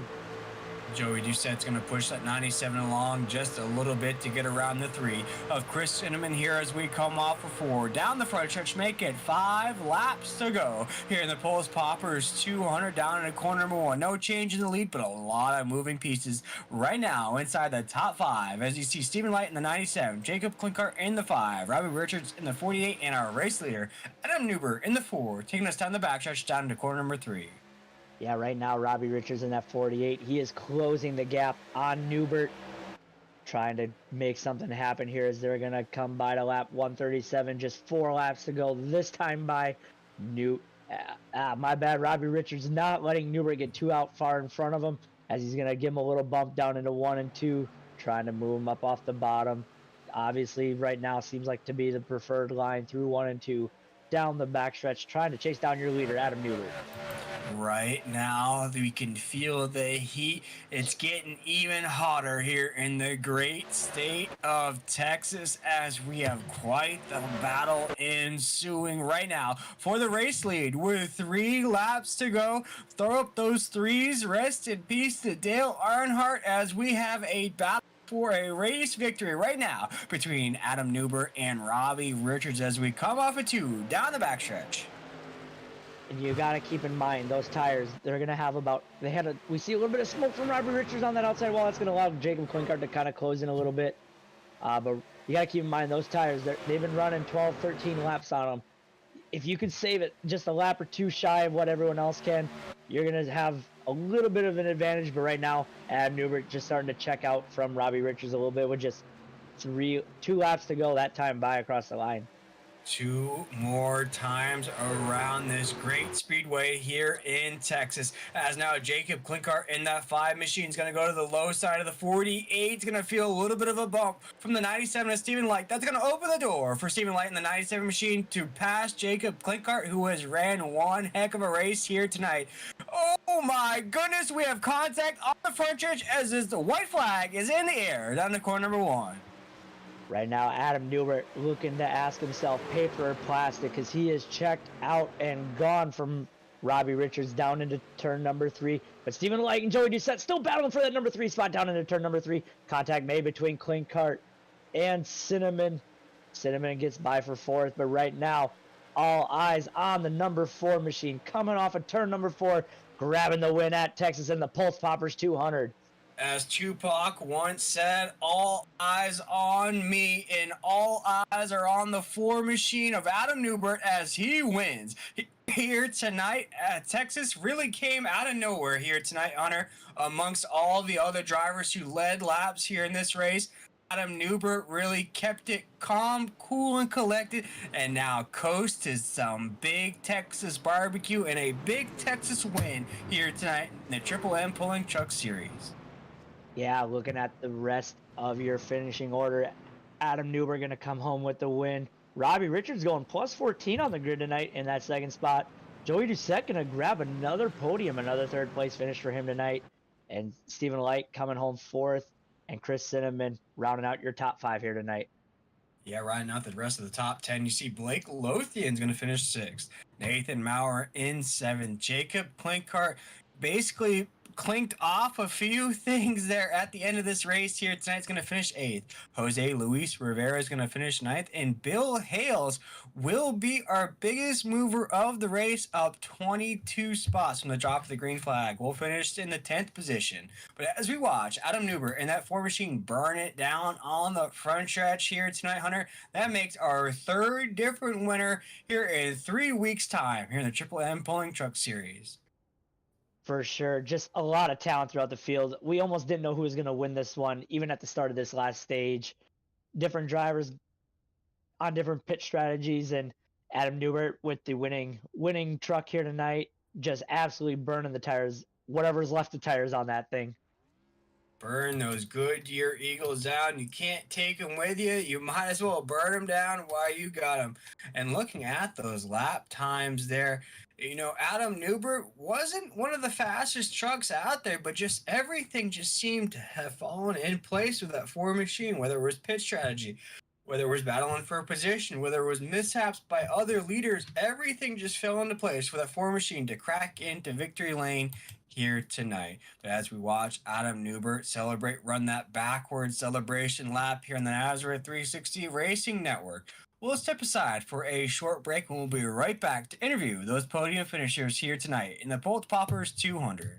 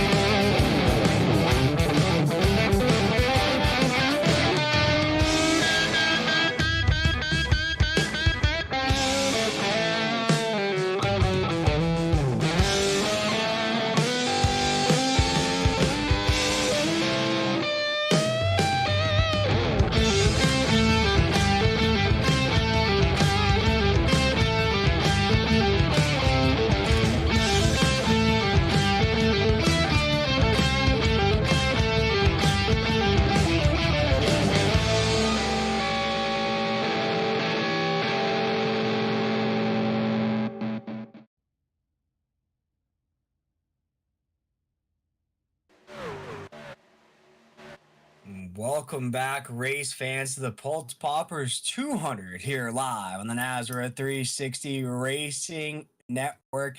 This is the Triple M Pulling Truck Series. I am William Tiller here tonight. I've been joined by Hunter Parsons up here in the booth. And Hunter, we just saw the conclusion of a fantastic race that was just won by Adam Newbert in that four machine. Yeah, we saw a lot of respectful driving between him and Robbie Richards, both trying to battle for that race win. Robbie laid a few bumpers on him, tried to do it cleanly, couldn't do it cleanly, so he just kind of backed off. Definitely could have done it a few different ways, but Adam Newbert coming away with the victory, a much needed victory, especially after last week in Pocono. For sure, but I believe it is time to catch up with our podium finishers here tonight as those official results now cross along your screen here live on the NASRA 360 Racing Network. And our third place finisher here tonight was a man that was consistently inside the top 10, broke the top 5 a couple times, but here tonight finishes third. Joey Doucette in that 16 machine. Take us through your night here in Texas. A lot of ups and downs, but I mean, I stayed consistent into the top 10, led a couple of laps there in the stage 3. But restarts killed me. I got to work on my restarts. I started P2 on one of those cautions and fell back right straight to 4th. Then another caution happened, fell right back to 6th, and I was like, I just couldn't. But that last caution kind of helped me. I was like, well, we got like about 14 laps left. I knew I had short run speed, not long run speed, so it kind of helped. But I apologize to Clinkhart on that last lap. I just pushed up and put him in the wall, so I do apologize to him. And then I got a run on Steven, and just glad to take it a top 3 again, back to back for Mission 2. Yeah, and looking at where you started here tonight, Joey, you finished here tonight up 10 spots from the drop of the green flag. So through all those struggles there on the restart and everything that you had to go through here tonight, still finished about 10 spots from the drop of that green flag. But Joey, through all those struggles and everything you had here tonight, we talked about here tonight, it was a little bit hard to battle for position. And in a race that didn't really have too many, multi-car pileups or too many caution flags that flew, how hard was it to pass for position here tonight? Pretty tough. The first 2 stages started. I was using the brake into turn 1, but it was just too slow. And then like I started experimenting of not using the brake in turn one and just, giving that large arc into the turn one and then just gassing it up at the right time and getting that runoff turn two and then down the backstretch. I mean, that's where your passes were going to be made. Or if you can get a runoff four, I mean, that it was slick all night. I mean, cars were tail sliding all night long. And it takes a lot of talent to not, hold on to a truck that's like loose like 100% of the time. Yeah, well, you definitely held onto it here tonight. There, Joey. Speaking with Joey, you said our third place finisher here tonight. And Joey, with that podium finish, we love to give you drivers the opportunity to shout out anybody you had watching here tonight. I believe you may have had a couple fans in the chat live on YouTube or any sponsors that made this race possible for you here tonight. NRE Power, Mission 2, my teammates, Ron, Jonathan, Bill, Ed. Like to thank Triple M for sponsoring the league. Mike's a great guy. Mission 1, Race Cars, NASRA 360 Racing Network, Balanch's Towing, Pultz Poppers, Butt Kicker, and Hoopty's Garage. I mean, without them guys, this league wouldn't be possible. They're great back for us, and I appreciate everyone that's involved. Brady, too. He has a lot of faith in me. He started Mission 2, and I took a break last season. I had to get in the right mind, and Brady came to me. I was like, hey, I want you on my team, and I appreciate everything that he's done for me and everybody that's contacted me when I took the time off to bring me back. And congratulations to Adam and Robbie for a 1-2 finish. Great guys. Everybody in this league is a great guys. I mean, it's like a family, Yes, sir, indeed. And I'm sure they're proud of that run out of you here tonight, finishing third through all the adversity, through everything you had to go through here tonight. You cracked into the podium here with the third place finish. But Joey, we look forward to seeing what you have for us in store next week here. You work on those restarts. I'm sure we'll see you in victory lane here pretty soon, the Triple M Pulling Truck Series. But we appreciate you taking the time with us here, my man. Have a great rest of your weekend here. Take this with a little bit of a celebration here with this podium finish. I'm sure you'll do even better next week. Joey, great job here tonight. I appreciate it, fellas. You have a great night. Yes, sir. And that was Joey Doucette, our third place finisher here tonight, Hunter. But I believe you're catching up with one of the biggest movers of tonight's race, Robbie Richards, inside that 48. Yeah, Robbie in that 48 machine, coming home second to Adam Newbert. But overall, a very good run out of him tonight. We talked about him a lot throughout the race. And overall, one of the fastest trucks just based off of lap times. And like you mentioned, up quite a few spots from his original starting position. Robbie, you did what you could to try and get around Newbert there at the end, but just not able to pull it off. Can you kind of just take us through that last 12 lap stint or so, trying to race as hard as possible? Yeah, man. After that last restart, I was able to get ahead of Joey before that caution came out, and it put me in prime position to be where I needed to be to get Adam. And I was just hoping that was going to be the last restart. And because I knew if it wasn't the last restart, I'd be starting up top and probably be in the same position Joey was in. But yeah, going through the laps there, man, I could get to Adam. I didn't want to. I've got a lot of respect for Adam, so I mean, I didn't want to, accidentally hit him too hard or something like that because these trucks are too finicky. You hit him too hard, he ends up spinning out or something like that. Didn't want to wreck him by any means, so I tried to get to him. He was throwing the blocks as he should, being he's leader. Try to get up under him, but couldn't make it stick to the bottom. I didn't want to get in a bad position going into one when I thought maybe I could do it and end up either wrecking us both or screwing myself and letting Joey or one of the other guys get by. But yeah, I was playing catch up after that, and then I think Clean Car got a pretty good run from somewhere, man, and he got up under me and had to battle him for a little bit, and then got back around him and then trying to catch back to Adam. If I got into one with him on the last lap, if I was closer, I would have gave him a pretty good, bump to the going in, just because of the type of way the way you go into that turn. It could, maybe be a little bit of aggressive, but props to Adam, man. He done what he needed to do. He apologized for cutting my nose off, but I was just, that's racing when you're racing for the win like that. Mm-hmm. For sure. You mentioned a lot of respect between you guys, and overall, a lot of respect through everyone, because we talked to Joey and he said everyone's kind of like a big family here in the NASRA Racing League, and not really want to almost take out a buddy there for a race win. But when it comes down to it, that last lap, it's almost like a no holds barred, try and do what you can if you're close enough. But overall, a very respectable run from you tonight. What can we expect from the 48 machine going into Phoenix next week? I've ran there could be here lately, so I've figured it out. It depends on whether I know last season we ran the old track, and I'm not very good with it. But if we're running the new track or whatever you want to call it, I've done a lot of practice there, so I think I can figure it out. Keep it I thought I had Texas pretty good, but it raced totally different than what it does at night. So depending on how Phoenix is, heat and all that stuff, it's going to play a lot of factors. Going back to what Joey said, I mean, yeah, this group. I mean, a lot of these guys have been here since it started, so we've all kind of grown together, kind of raced together. Got a lot of respect for everyone. We all have our moments where we get ticked off at each other, and but we all get over it. But yeah, so going into Phoenix, so it's going to be fun. Depends on I guess if I get the right groove again, like I did tonight. For sure. Well, a very good run from the 48 machine tonight, coming home second. The time is yours. Any sponsors, shout outs you want to give before we let you go? Yeah, for sure. I always want to thank Triple M, Michael, Michael for putting his business and everything.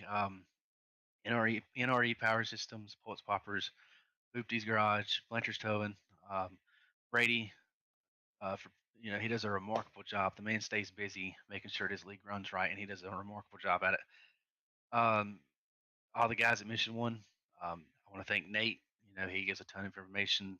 Michael, Trey, Kyle.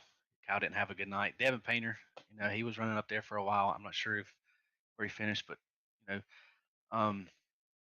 Mission One, definitely we've improved a lot this season, and so going to keep it going forward. Awesome. Well, thank you, Robbie, and good luck next week at Phoenix if we don't get to talk to you before that. Oh, yeah, I also want to thank you guys for the broadcast. I cannot forget y'all guys. Y'all have done a lot. Y'all started, this season doing the broadcast for us. So I want to thank you guys for doing that as well. Awesome. Well, thank you, Robbie, and we'll let you get going here and celebrate that second place. Thank you, guys. And now, Will, I believe you're going to be catching up with your race winner. Yes, sir. A driver who quietly just eased his way through the grid, got up inside the top 5, got that lead position as well, and never looked back from the top. Things always look better from the top of the tower, and here tonight, Adam Newbert, you get that bright, shiny Texas-sized belt buckle with this race victory here tonight. Take us through how you were able to get the job done here tonight. I'll freaking take it, man. I can't believe it. I don't know, man. I felt like, sneaking into the top 5. I felt like we were up there all race long, probably one of the better trucks, especially on the long run. We were running down Stephen Light there at the end of the first stage. If I would have had, if I wouldn't have had to race Ted and Keith so hard to try to get past them for second, I probably could have ended up winning stage 1. Felt like we had the better long run truck. I just needed a couple more laps in stage 1, and then stage 2. Justin and Chris Cinnamon were racing in front of me, so I didn't really want to interfere with Justin's race. So felt like I had a little bit of a better truck than them at stage 2. Got second in both the stages, and then stage 3. Man, the green flag pit stops. My teammates right there before the caution come out, when during the green flag pit stop cycle, my teammates kept saying, "Man, they're wrecking." Taylor, I think, come over the radio and said they're wrecking. And so I was like, "All right, well, I'm gonna stay out. I'm gonna keep staying out." And then finally the caution come out, so that was the right call. And then it was just all about holding the lead. I think the first caution when we went back to green with like 15 to go or so. That one, whenever y'all interviewed me, that one really helped to try to get the laps cut down a little bit. And then I just went as hard as I could for 12 laps. I was kind of nervous about the last full 12 lap run because we have been a long run truck all night. I wasn't really racing very hard on the short runs, but everybody else was just pretty fast in the short runs, and I was more of a long run, so I was pretty worried about the end of the race right there. Yes, sir. And I meant that in a way. You quietly kept your truck in the mix, and you just ran through it there. You were second, almost caught Stephen Light there at the end of stage number 1. Stage number 2, you were also fast, but you weren't one of these drivers really pressing the issue too much. You knew you were fast. You knew you had the speed. Was there any point in this race where you felt like maybe if I just press it just a little bit, I can take the lead? Or were you okay with just sort of laying things out, letting things play out in front of you, knowing that you could put this truck in victory lane? Yeah, to myself. Well, definitely in the stage 2, I felt like maybe I could have gotten around Justin and Chris, but I wanted to help out Justin too. But when the last stage started and everybody, I kind of let everybody by again, just trying to save my tires. I think I was 6th, and there's about 5 trucks in front of me. I questioned it then if I should have gone harder, but I mean, I guess it was the right call to make. I ended up being able to, right before the green flag pit stops, I was able to pass Joey for the lead. So it worked out at the end because we just had the better long run truck. Yeah, very great truck indeed here tonight. Speaking with tonight's race winner, Adam Newbert inside that 4 machine. And Adam, we look forward to next week, not to spoil your victory here tonight at Texas, but we stay on this West Coast swing. We go to Phoenix next week. If you can carry this momentum into next week's race. I like Phoenix. Phoenix is a halfway decent track for me. I've had some pretty good runs there. I think the last time we went there, NASRA, I got 2nd. So maybe we can have another good run there. There we go. I'm looking forward to it. I'm sure all the fans watching along with us here in the NASRA 360 Racing Network are looking forward to it as well. As Adam, you make it 3 different winners in 3 weeks' time here in the Triple M Pulling Truck Series. But as we have you here down in Victory Lane, is there anybody that you'd like to shout out here tonight that may have been watching this excellent run out of that Ford machine, or any sponsors that made this race victory possible for you here tonight? Kind of sucks that last week at Pocono I missed a shift, because we were having a good run last week too. Yeah, I felt like it could have been, last week I felt like it could have been a top 5, pretty fast, running top 3 in the stages and everything. But I guess tonight I got a new sponsor this season, Ladanco. It's actually my aunt and uncle's construction company based out of Shreveport, Louisiana. So they come on board and help to sponsor me this season. Got to give a huge shout out to them. If you live in the Louisiana area and you need something built, they can do it. They specialize in just about everything. Got to thank my team owner Jeff Sickles for giving me a ride and everything, let me race with him. He puts up with me and all my crap. So I got to give him a huge thanks. My teammates Stephen Thomas, Blake Lothian. I think Blake finished 6th. So Stephen Thomas and Justin Lumpkin, I think they had some bad luck at the end of that race. They got caught up in one of those wrecks. And then I got to thank the team sponsors, Millie's Landing, A's Lawn and Landscaping, Darren's Nail Gun Repair, and I think that's most of the main sponsors, I think. And I just thank Brady and my girlfriend for watching, and all my friends and family watching. Yes, sir, indeed. Well, they watched quite a show here tonight. Adam, you touched on it, how you were one of the fastest trucks out here tonight, just waited your turn. And once that opportunity arose for you, you made the most of it here tonight with a huge race victory. A big congratulations from us here at NASRA on this win here tonight. Adam, go celebrate here tonight. Go enjoy the rest of this weekend, and we'll see you right back here next Friday night in the Triple M Pulling Truck Series. Great win here at Texas. Yeah, Jinx didn't work on me. Thank God. That's right. Next week. Thank y'all.